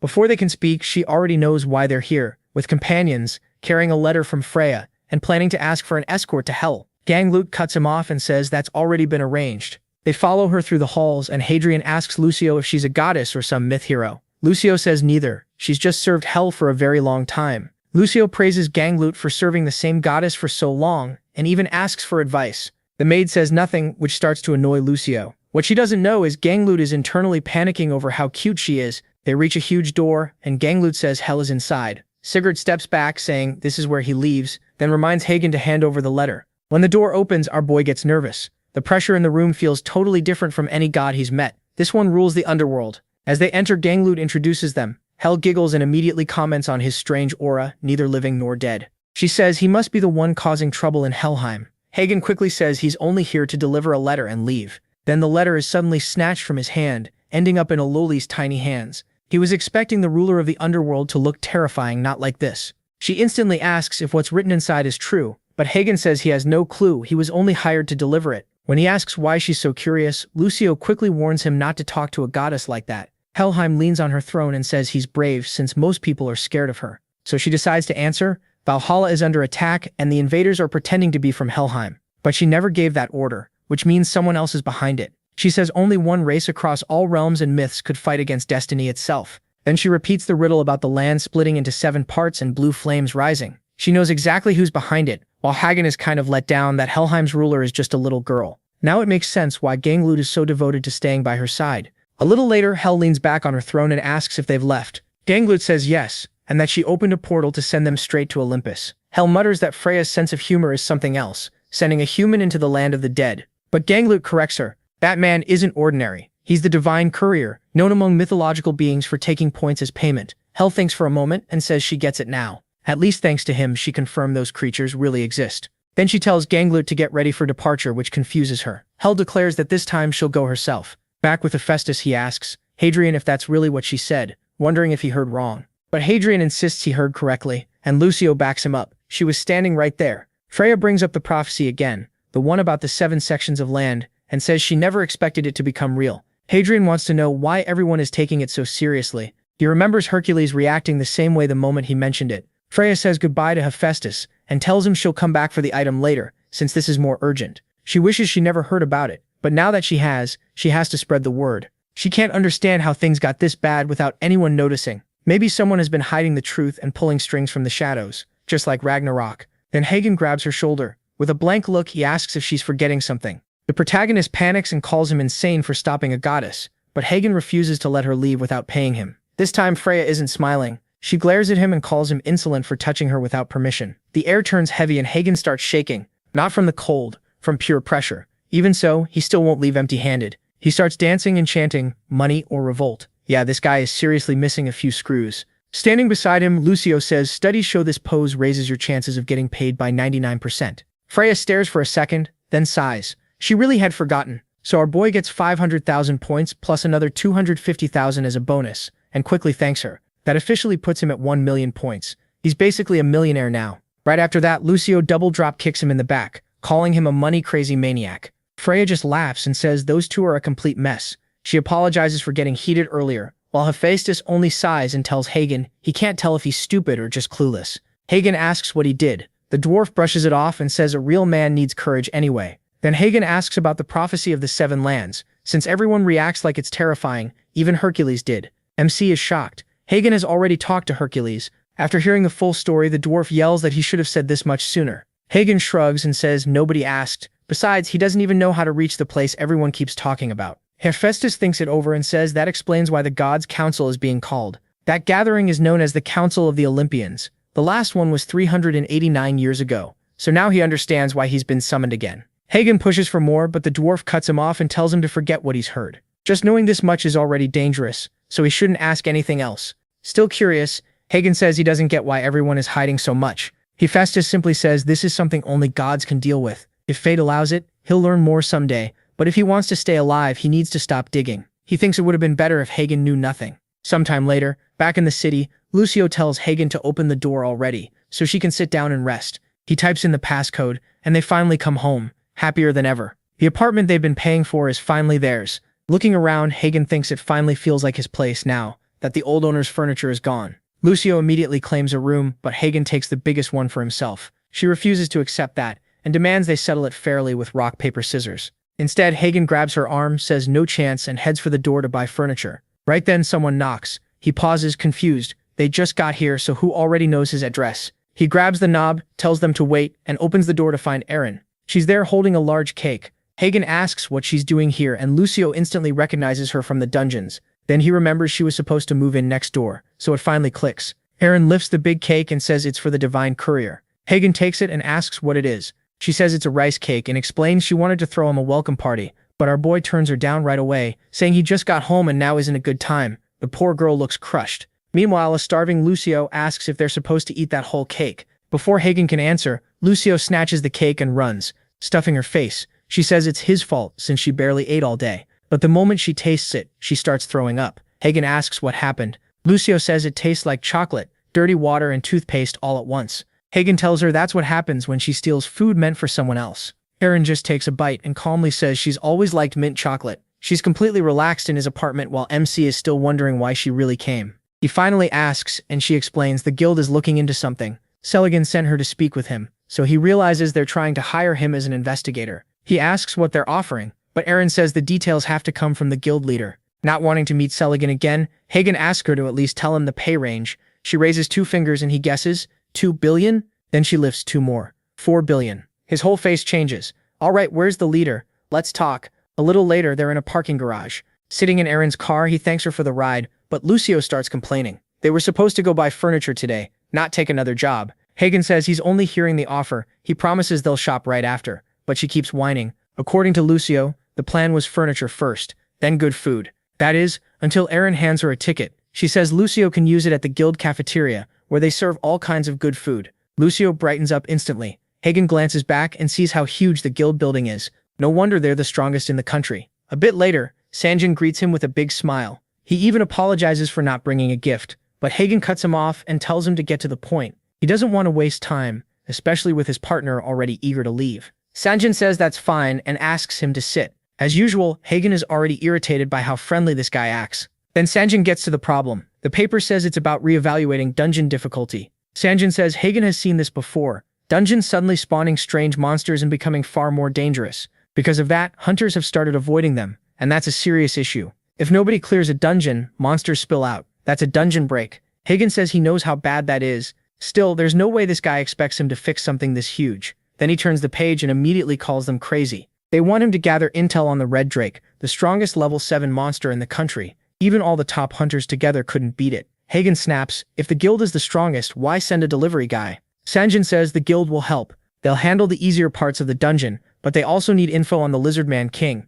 another major boss. Hagen is already shaking as he accuses Sung-Jin of offering 4 billion just to send him to his death, but Sung-Jin explains that's only the joining fee. If he gets the intel, he'll earn 4 billion more. Hagen freezes. They're doubling it. Instantly they shake hands and seal the deal. Scene change. An old man with a golden staff waits by a lake as a horse-headed man arrives. The elder says it's unlike him to be late. The orange-haired man says he ran into trouble on the way. He throws down a purple worm and says he found several below. They shouldn't be showing up in the Norse lands. The elder studies it and says he didn't expect them to spread this far already. The virus is moving faster than he thought. He knew the apocalypse prophecy had started, but not this quickly. The horse-headed man gets ready to leave. Odin sent him to Helheim because something is disturbing Valhalla. The elder tells him not to worry. Phrygia already sent a Greek hero who handled it. The horseman asks if it was Orpheus or Achilles, but the elder says no, just an ordinary man like him. That only annoys him more. Who is this ordinary man messing with his work? Another champion of the Greek gods? Meanwhile, Hagen is grinning like an idiot, because money really is amazing. The scene shifts to the gate of Chunlin. Hagen says he swore he'd never come near this place again, yet here he is. Lucio excitedly asks if he's been here before. He says no, but he spent a month somewhere even worse than this dungeon. She's impressed and says, no normal person could survive a place more dangerous than this for a month. He tells her she has no idea what his life has been like, but she might be about to see it. Then he pulls out his new 2.0 bike. With every upgrade, it gets bigger. This new version is built from rare materials and made for an elite divine courier. It's custom built and cuts 90% of the damage the rider takes. He says he had Hephaestus fuse it with something extra, and he can't believe how awesome it turned out. The old bike was good too, but he can't risk ending up paralyzed again like he did on the bridge. As he heads for the portal, he says he's not afraid anymore. Time to deal with that lizard monster. Inside the swamp, he speeds across mud and water with ease. The upgrade is so good the wheels barely slow down. Lucio, meanwhile, gets covered in slime. Then he suddenly stops, startling both of them. Right in the middle of the dungeon is a whole city, and not just any city, a rich, impressive one. He remembers the report saying the lizard man should be past this gate, but something feels off. Why is no one? Then a group of lizard men appears with spears. He gets annoyed, saying he basically jinxed himself by thinking out loud, but when the first lizard man checks the gate, there's nothing there. Hagen is hiding quietly with Lucio tucked inside his helmet. Lucio comments on the lizard men, and he tells her the obvious doesn't need saying. She asks what the plan is, whether he's just going to smash everything like usual. But Hagen knows this time the mission isn't to kill anyone. He's just here to gather info, not risk his life like before. Find the king, learn what he can, and leave safely. At least that's the plan. Luckily, the guards pass by without noticing him. The monsters are smart, but their senses aren't as sharp as he expected. That makes him feel a lot safer. And even if things go bad, he figures he can just buy something from the store and escape. But then a new delivery request pops up in the middle of the dungeon. He's confused. Why now? It happens right as the alert warns that big enemies are heading his way. He forgot to turn off notifications at the worst possible time. He starts running, trying to understand what's happening, then suddenly stops. Lucio asks why, and he says she'll see in a second. Just as a huge lizard lunges with a spear, Hagen pulls out his phone. The creature freezes because the delivery request came directly from the Lizard King. Even the giant lizard looks stunned. The monsters and Lucio both have no clue what just happened. Hagen thinks it's weird getting a delivery from a beast instead of a god, but money is money. So he tells the lizard he's in a hurry and they might as well take him straight to the boss. The shaking lizards point past him. He almost tells them to stop pointing at his face, then notices the huge shadow behind him. The moment he feels that presence, he slowly turns around. The Lizard King looks absolutely wrecked. Hagen quickly notices the crown, but this creature looks nothing like the one in the report. The king hisses and flicks its tongue, but none of it makes any sense to him. Still, if anything can solve a problem, it's money, or in this case, a free translator. Lucio offers to translate for him. He asks if she really understands it, and she says yes. Lizard language is simple. The king hisses again, and Hagen asks what it said. Lucio explains that long ago, a disaster struck the Lizard Kingdom. A brutal invader destroyed the land. Children, eggs, adults, even the elders were slaughtered. The whole kingdom was ruined. Hagen already knows where this is going. They want him to fight that invader. He's quick enough to see how desperate they are. He came in as a hunter, but now these lizards look pitiful, all staring at him with pleading eyes. Help. Even Hagen wonders why these lizards were drawn so cute. He says he's no great warrior, but Lucio translates the king's offer, save the kingdom, and he'll get a treasure found only in the lizard realm. And just like that, Hagen wants in. He's way too curious about this treasure. Lucio says the king wants to take him to the basement and show it to him. With the Lizard King kneeling right in front of him, our boy stops caring what it is and says he'll kill the invader. A bit later in the basement, it turns out these lizards really are loaded. But hold on, the thief is back. That sneaky bandit looks around with a smug grin, saying this place is packed with good stuff. She can't decide whether to take the best items or clean the whole room out. And with only 10 seconds left before Hagen arrives, he and Lucio stop right in front of the door, and he can already tell that if it's this huge, something valuable is inside. Using the last bit of his strength, the king starts opening it. A golden light shines through, and the door swings wide. Hagen just stares, mouth open, thinking the room might be empty, but nope, it's still full of treasure, and the thief is hiding inside. He figures there's about as much treasure here as in an heir's warehouse. Lucio explains the king took all of this from humans who invaded and failed. The king looks proud, but Hagen isn't impressed. He is about to comment on the treasure when something catches his eye. A person with coins piled on their arm. As the coins hit the floor with a clink, she casually greets him. Yo, what's up, my boy? The second she shows herself, the cute Yoshi vibes vanish and the lizards turn furious. Lucio says they're yelling to catch the bandit, and yeah, they already did. This useless thief is completely pinned down. Hagen wants to know how she got in here again. Meanwhile, Suin is just as confused. She got a mission to steal whatever was here, but somehow this guy showed up again. She looks at him and asks, Junior, don't you remember me? Then she says they both work jobs for Herms, so he should explain that to the lizards. Lucio quickly adds that the king wants to know if Hagen really works with her. Terrified he'll lose the reward, the poor guy nearly cries. He swears he went to an all-boys school and never even had a female senior. So just because she's about to lose money, he walks over and tells her to quit messing around. Idiot, I don't work for Herms. That leaves her confused. If he's been doing Herms' jobs, why didn't Herms tell the boy? Sawney then says that if he helps her escape, she'll do whatever he wants. And yeah, he's definitely thinking about how to turn that into money. He thinks it over while Lucio warns him not to trust a bandit, which is fair. After a short pause, he says, all right. With a nasty grin, he says he'll name his price, but she has to swear by the river of V. She says swearing on the river of Styx is crazy, but he just says if she won't do it, he'll let the big lizards cut her throat and leave her to rot there. Seeing the blade at her neck, she gives in and swears on the river of Styx. If he helps Su-Yin Choi get out, she'll do whatever he asks. He says good, then tells Lucio to explain everything to the king. Not long after, she's freed and relieved. She wasn't executed. She thanks Junior for helping, but he cuts her off. First, I'm not your junior. And second, be ready for whatever I ask. Of course, her mind goes somewhere weird right away, already imagining some very personal favor. But our boy isn't asking for that. Nope, he's got other plans. Right then, the system window pops up with a new mission. Defeat the Crimson Invader of this kingdom, and save the Lizard Realm. Time limit 3 hours. Reward the kingdom's treasure. He's stunned. 3 hours is insanely short. Last time he had 50, and even that felt risky. He turns to Lucio and says they need to move now. No time to waste. He bolts off at full speed while Junior tries to tell them to wait. Standing by the king, she grumbles to herself that the bastard is so rude he didn't even let her finish. Strangely, the king is still awake beside her. Meanwhile, Hagen is already racing ahead on his bike. It's 30 kilometers away. The king really gave him almost no time. And getting there isn't even the biggest problem. Winning is. Lucio tells him to slow down, but he says that's not happening. Then Su-Yin suddenly appears in front of him and says it looks like he's got a problem. He almost jumps out of his skin, slams the brakes and stops beside her. Already annoyed, he asks why she's following him after he told her to stay put.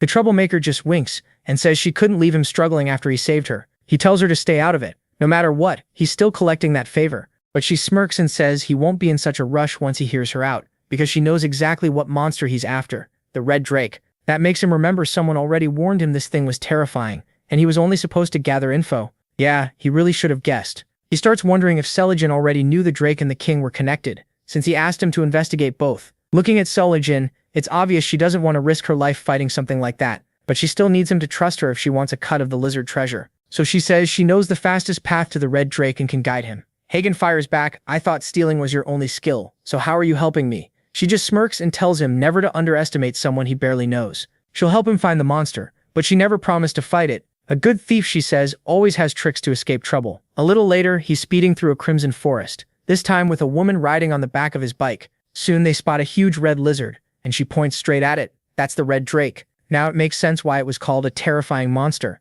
Lucio asks if they can even beat it. He just says they'll find out, shifts into battle mode, and activates his helmet. Then he launches himself at the creature with a huge leap, ready to drop a punch. Estimated difficulty level 7 boss. And Hagen slams his fist right into its head. Honestly, it looked like one of those hits that should end the fight instantly. But no, the thing gets back up roaring, and our boy just grins. Alright then, time to beat this monster down. He lands another blow, this time from high in the air, and the blast spreads out below. From the ground, Su-Yin covers her face in shock. How is he even doing this? She'd been chosen by Hermes and faced dangers most hunters couldn't imagine, but even she couldn't make sense of what she was seeing. This guy is out here throwing kicks and punches like Kid Lee. The Red Drake stumbles and crashes backward. Our madman is moving like Master Lee, and she knows the Hunter Association ranked this thing near level 7. Out of all dungeon monsters seen around the world, it ranks in the top 10. She knows he was chosen by Hermes too, but that alone can't explain this kind of strength. Most top hunters have at least 15 years of experience, and most were chosen by powerful gods. But she's sure Hagen got his powers less than a year ago.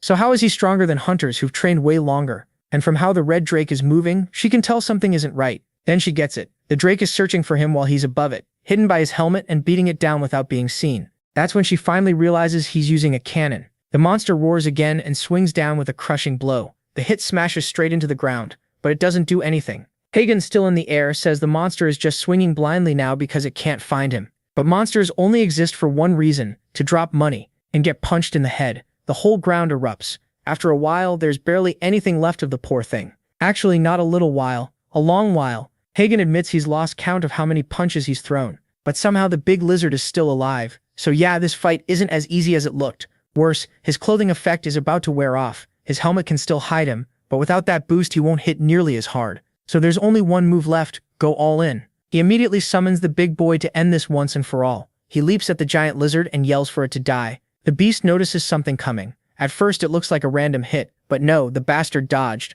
The real question is how. It still can't see him. Then he figures it out. The force of his swing briefly ruined the helmet's hiding effect, and now the Red Drake comes down with a crushing attack. The blast looks like a clean hit, and Su-Jin can't believe he didn't dodge. Everything had been going fine, so why would he take that hit? Lucio calls Su-Jin a foolish human and warns that jumping in now would only slow him down. So she stays back and watches, while Lucio wonders who this nymph is and why she's hiding in the bushes. Still, Lucio trusts Hygin. He survived one deadly mess after another. He always finds a way out. That's why so many gods believe in him. No way Hygin loses to a monster like this. Suvin snorts. Nice thought, but that kid just ate a direct hit. Nobody lives through that. Then she notices something strange. He's climbing. He mutters that the lizard feels soft and she can't figure out why he's hanging onto the boss. She's even more confused when Lucio starts cheering him on. His clothing effect had only 57 seconds left. While climbing, he spots something. A star-shaped crystal under the beast's throat near its neck. Lucio instantly warns him that's its reverse scale. He realizes it's probably the weak spot and opens the shop. To kill this thing, he needs something overwhelming. He asks Lucio if the red drake is a dragon.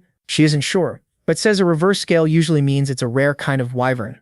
Right then, he buys something from the shop. If it's that close to a dragon, that's enough for him. His points drop from 1.3 million to 1 million. No clue what it does yet, but the sword cost a fortune. He bought Sigurd's sword, Dragonbane, and he's still stuck on the monster's chest like an idiot. Suvin has no idea how he suddenly summoned that weapon. But MC knows one thing. With this blade, he can end it by hitting the weak spot. He goes in, then the monster's eyes flare up and flames cover its body. Going by his face, this is bad. He can't understand why fire is suddenly bursting out of the creature. The blast throws him back. He wonders if this is its final move. Then he slams into the ground. This is bad. He can't reach the reverse scale while it's like this. Lucio tells him to be careful, and Suvin runs over yelling for him to get away. Phase 2 is far more dangerous. She says they'll have to work together, but he refuses. She can't hide her presence, so she should stay back. Of course, she already has another trick ready.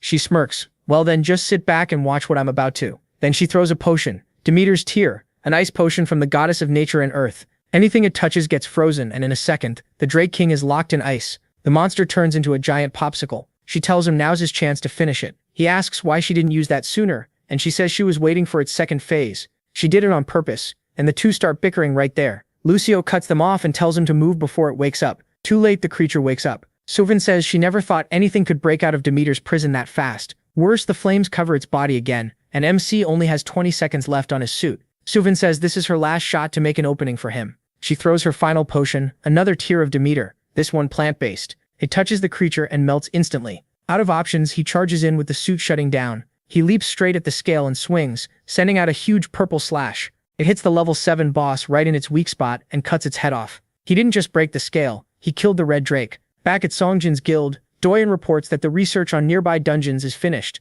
The guild leader thanks him and tells him to rest and get ready. But Doyen says he heard something in the elevator and asks if it's true. Did the association really hand them a time bomb to deal with? The leader says yes, the Lizardman dungeon, and they still don't know how to handle it. Then he reveals they already got word that Hygin cleared it 2 days ago. When the call came in, he thought Hygin meant the investigation was finished. But no, that wasn't it. He killed the red drake. It wasn't the plan, it just happened. Sung-Jin thought he was joking. So he sent a team to check, and it was true. He never expected the kid to do something this crazy, and now he has no idea how to explain it to the association. Everyone's relieved the monster that could have destroyed the city is dead, but its sudden death creates a whole new problem. Hygin contract says his identity can never be revealed, yet someone has to get credit for killing a level 7 monster, and that person will draw a lot of attention. Doyen gets excited, saying that delivery guy is a monster himself. At this rate, he could beat most top hunters. Sung-Jin sighs that he may have to raise him to A rank, and Doyen instantly backs off. Never mind, no need to promote him. Let's just keep this quiet. Now Sung-Jin wonders if he beat the red drake, what happened to the Lizard King information? Then we're back at the castle. Yoshi runs in, furious with emotion, ready to praise their savior. Lucio says they're thanking him for saving them, and he tells her she doesn't need to translate the obvious. He takes the king's hand and says he only did what had to be done. There's no need to bow. Too bad the king doesn't know what he really wants as a reward. And sure enough, the king looks sick before bringing out a huge treasure chest. They open it, and both of them are impressed. Inside is a tiny bag. The king asks if he likes it, while MC just stares. He's ready to complain. He risked his life for this little sack, but Lucio stops him. This isn't just any bag, and he asks what it is. She explains that it's basically an inventory bag. It can hold endless items. Then the story jumps to the next day. The Yoshi people all gather to say goodbye. Early that morning, he gets a call from Sung-Jin with news. The Innocent City Gate disappeared. Most likely it only existed as an escape route for the lizard men if the red drake attacked. Now that the kingdom is safe, they don't need it. So the portal closed on its own. That makes him realize there may be ways to shut gates without killing everything inside.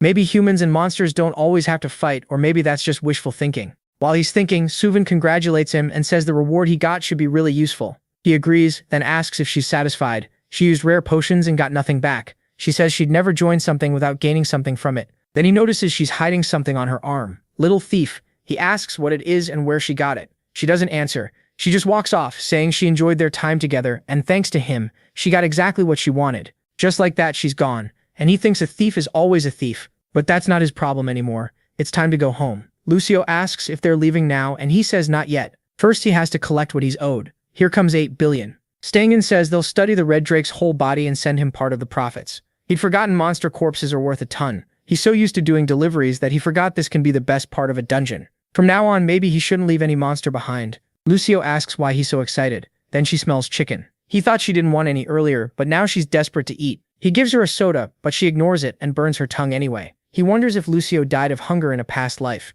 While eating yesterday's chicken, he says good chicken is still amazing, even the next day. Not long ago, he was stuck eating the cheap store stuff, and it always gave him heartburn. Now he can drop 30 bucks on chicken without caring. Having money is nice. Lucio even says she'll share a chicken bone with him. Right then, a new order comes in, or rather, a delivery request. The second Lucio notices it, she starts cramming chicken into her mouth. She already knows another terrible trip is coming, but he's not rushing anymore. Breakfast comes first, then the job. With 10 billion in the bank, he can slow down a little. What isn't calm is the Greek realm. The city is in flames, and bodies are everywhere. One soldier says they can't back down now. They charge the beast with golden eyes in the smoke, while another reports to the king that everyone is fighting with all they have, and it's still nowhere near enough to stop its strength. The king asks about the summoned hero, but the answer is bad. They sent for him, yet he won't arrive for 3 days. The king says that's far too late. By then, the palace will be gone. Then the whole place starts to shake. An explosion tears through the fortress wall, and the Minotaur appears before the trembling king as he cries out to Poseidon, asking if he has abandoned them.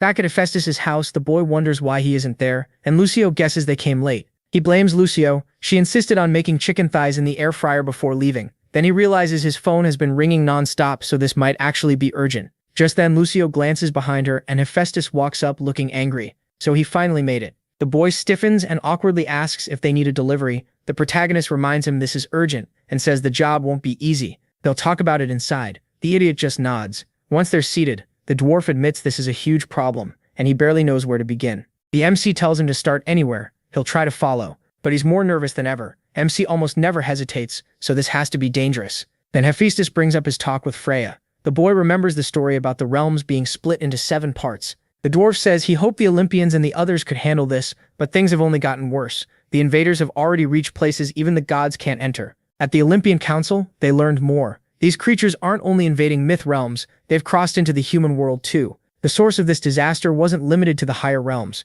It spread to the lower worlds, and even the underworld. The biggest problem is that, because of causality, the gods can't interfere in the human world. The only good news is the creatures still can't move completely freely. For now, they just plant seeds, wait for them to grow, and see what happens. That makes the boy stop him. He says he's totally lost. What seeds, what gods? What is he even talking about? His friend asks if he truly doesn't know, and when the boy starts to answer, everything suddenly cuts out. He says he didn't catch that, and asks him to repeat it. But Lucio says she only heard a weird static sound. Hephaestus realizes the laws of the gods won't let him tell the boy directly. Long ago, the gods worked together to seal this existence, so even saying its name is forbidden. He tells the boy not to stress about it. He'll learn in time, and today's job is tied to all of this. He explains they were supposed to receive a tribute from someone named Cretan, but it still hasn't arrived. He's lucky his father hasn't heard yet since he's busy with the council. If Poseidon found out, he'd be furious. So the boy needs to find out what happened before that. Naturally, he'll be paid well. The MC sums it up. Something was due, it didn't come, and they don't want Poseidon finding out. Then he asks, if that's all, why is everyone acting like it's so urgent? Lucio says, if it were any other king, it wouldn't matter, but this is King Minos. To him, being late is unacceptable. He once threw his whole land into chaos by defying Poseidon and refusing to sacrifice a white bull. That led to the famous labyrinth, a deadly place that held the Minotaur. He still doesn't see what lateness has to do with the Minotaur, but figures he'll find out soon enough, as he heads out. Or not quite. His water-walking buff starts running out, and he has to stop on a tiny island before he drowns. Lucio tells him to be more careful, and he says he didn't know it was this far. He decides to buy something from the shop to help cross the water, but everything is absurdly expensive. Theseus' boat for 30 million. The Argonauts' ship for 50 million. Noah's Ark for 100 million. No chance. Lucio asks what the plan is, and he says they'll search around first. Maybe something useful is nearby. He pulls out the infinite bag and says this is exactly why he brought it. He had already packed it with all kinds of useful stuff, just not a boat, apparently. Instead, he ends up using binoculars to scout.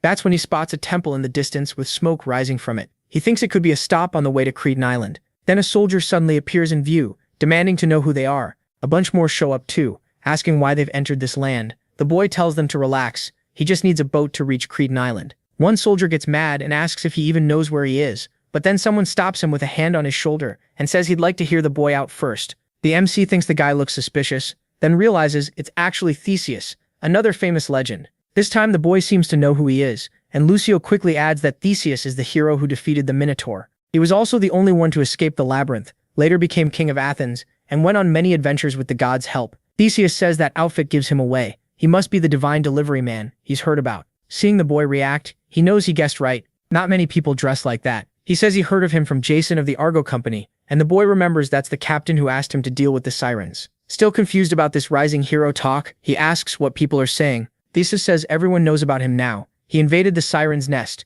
killed the hydra, healed Chiron's leg, and even delivered something to the Norse gods in Helheim. He's building a real name for himself across the divine realms, and he can't help looking a little pleased. Lucio asks what people are saying about her. Theseus says he's heard the divine delivery man has some kind of assistant. That crushes her. While she melts down, Theseus hands the boy a paper and says it'll help him reach Cretan Island. The boy checks it and realizes what it is. It's the legendary map, but Lucio notices it also says the threat has returned. So the boy asks if Theseus didn't kill the Minotaur long ago. He explains that he never killed it, he sealed it inside the labyrinth. The problem is, he has no idea how that seal broke, so tomorrow morning, he's going to Cretan to end it for real. Then he asks if the divine delivery man wants to come. The boy hesitates since he wasn't planning to fight anything this time, but then agrees. Things don't always go the way you want. Meanwhile, the king is trapped in the Minotaur's grasp, and one thing is clear, the beast is furious. The next morning, the boy tries waking Lucio, who keeps asking for 5 more minutes. He tells her to get up already, because the boat is leaving, and they don't have time to mess around. Lucio sadly begs him to stop being so harsh. He looks outside, hoping Theseus managed to gather enough people to help. The day before, Theseus told him to rest well while he went to recruit as many allies as he could. That was when the boy asked how he stopped the Minotaur the first time. Theseus said he had help from Princess Ariadne of Cretan. The Minotaur was a monstrous curse that brought ruin to King Minos and his whole family, a punishment for defying a god. The strange part is that monster was supposed to be sealed deep in the labyrinth forever. So how did it come back strong enough to wreck Cretan all over again? Theseus says that's what he wants to learn. They have to move fast before everything is lost, and this time he wants to finish it for good. Our boy asks why he's trying to gather so many people instead of leaving right away. Theseus says he thought the same thing, until he heard something from Hercules, but he never explains what it was, leaving our boy wondering. He starts thinking it might be tied to what Hephaestus said back at the shop. Fighting monsters was already bad enough, but what really bothered him was the feeling that he was being pulled into something way bigger than he should be. Lucio says she's all set for the adventure, and Hagen realizes she has no clue how dangerous this really is.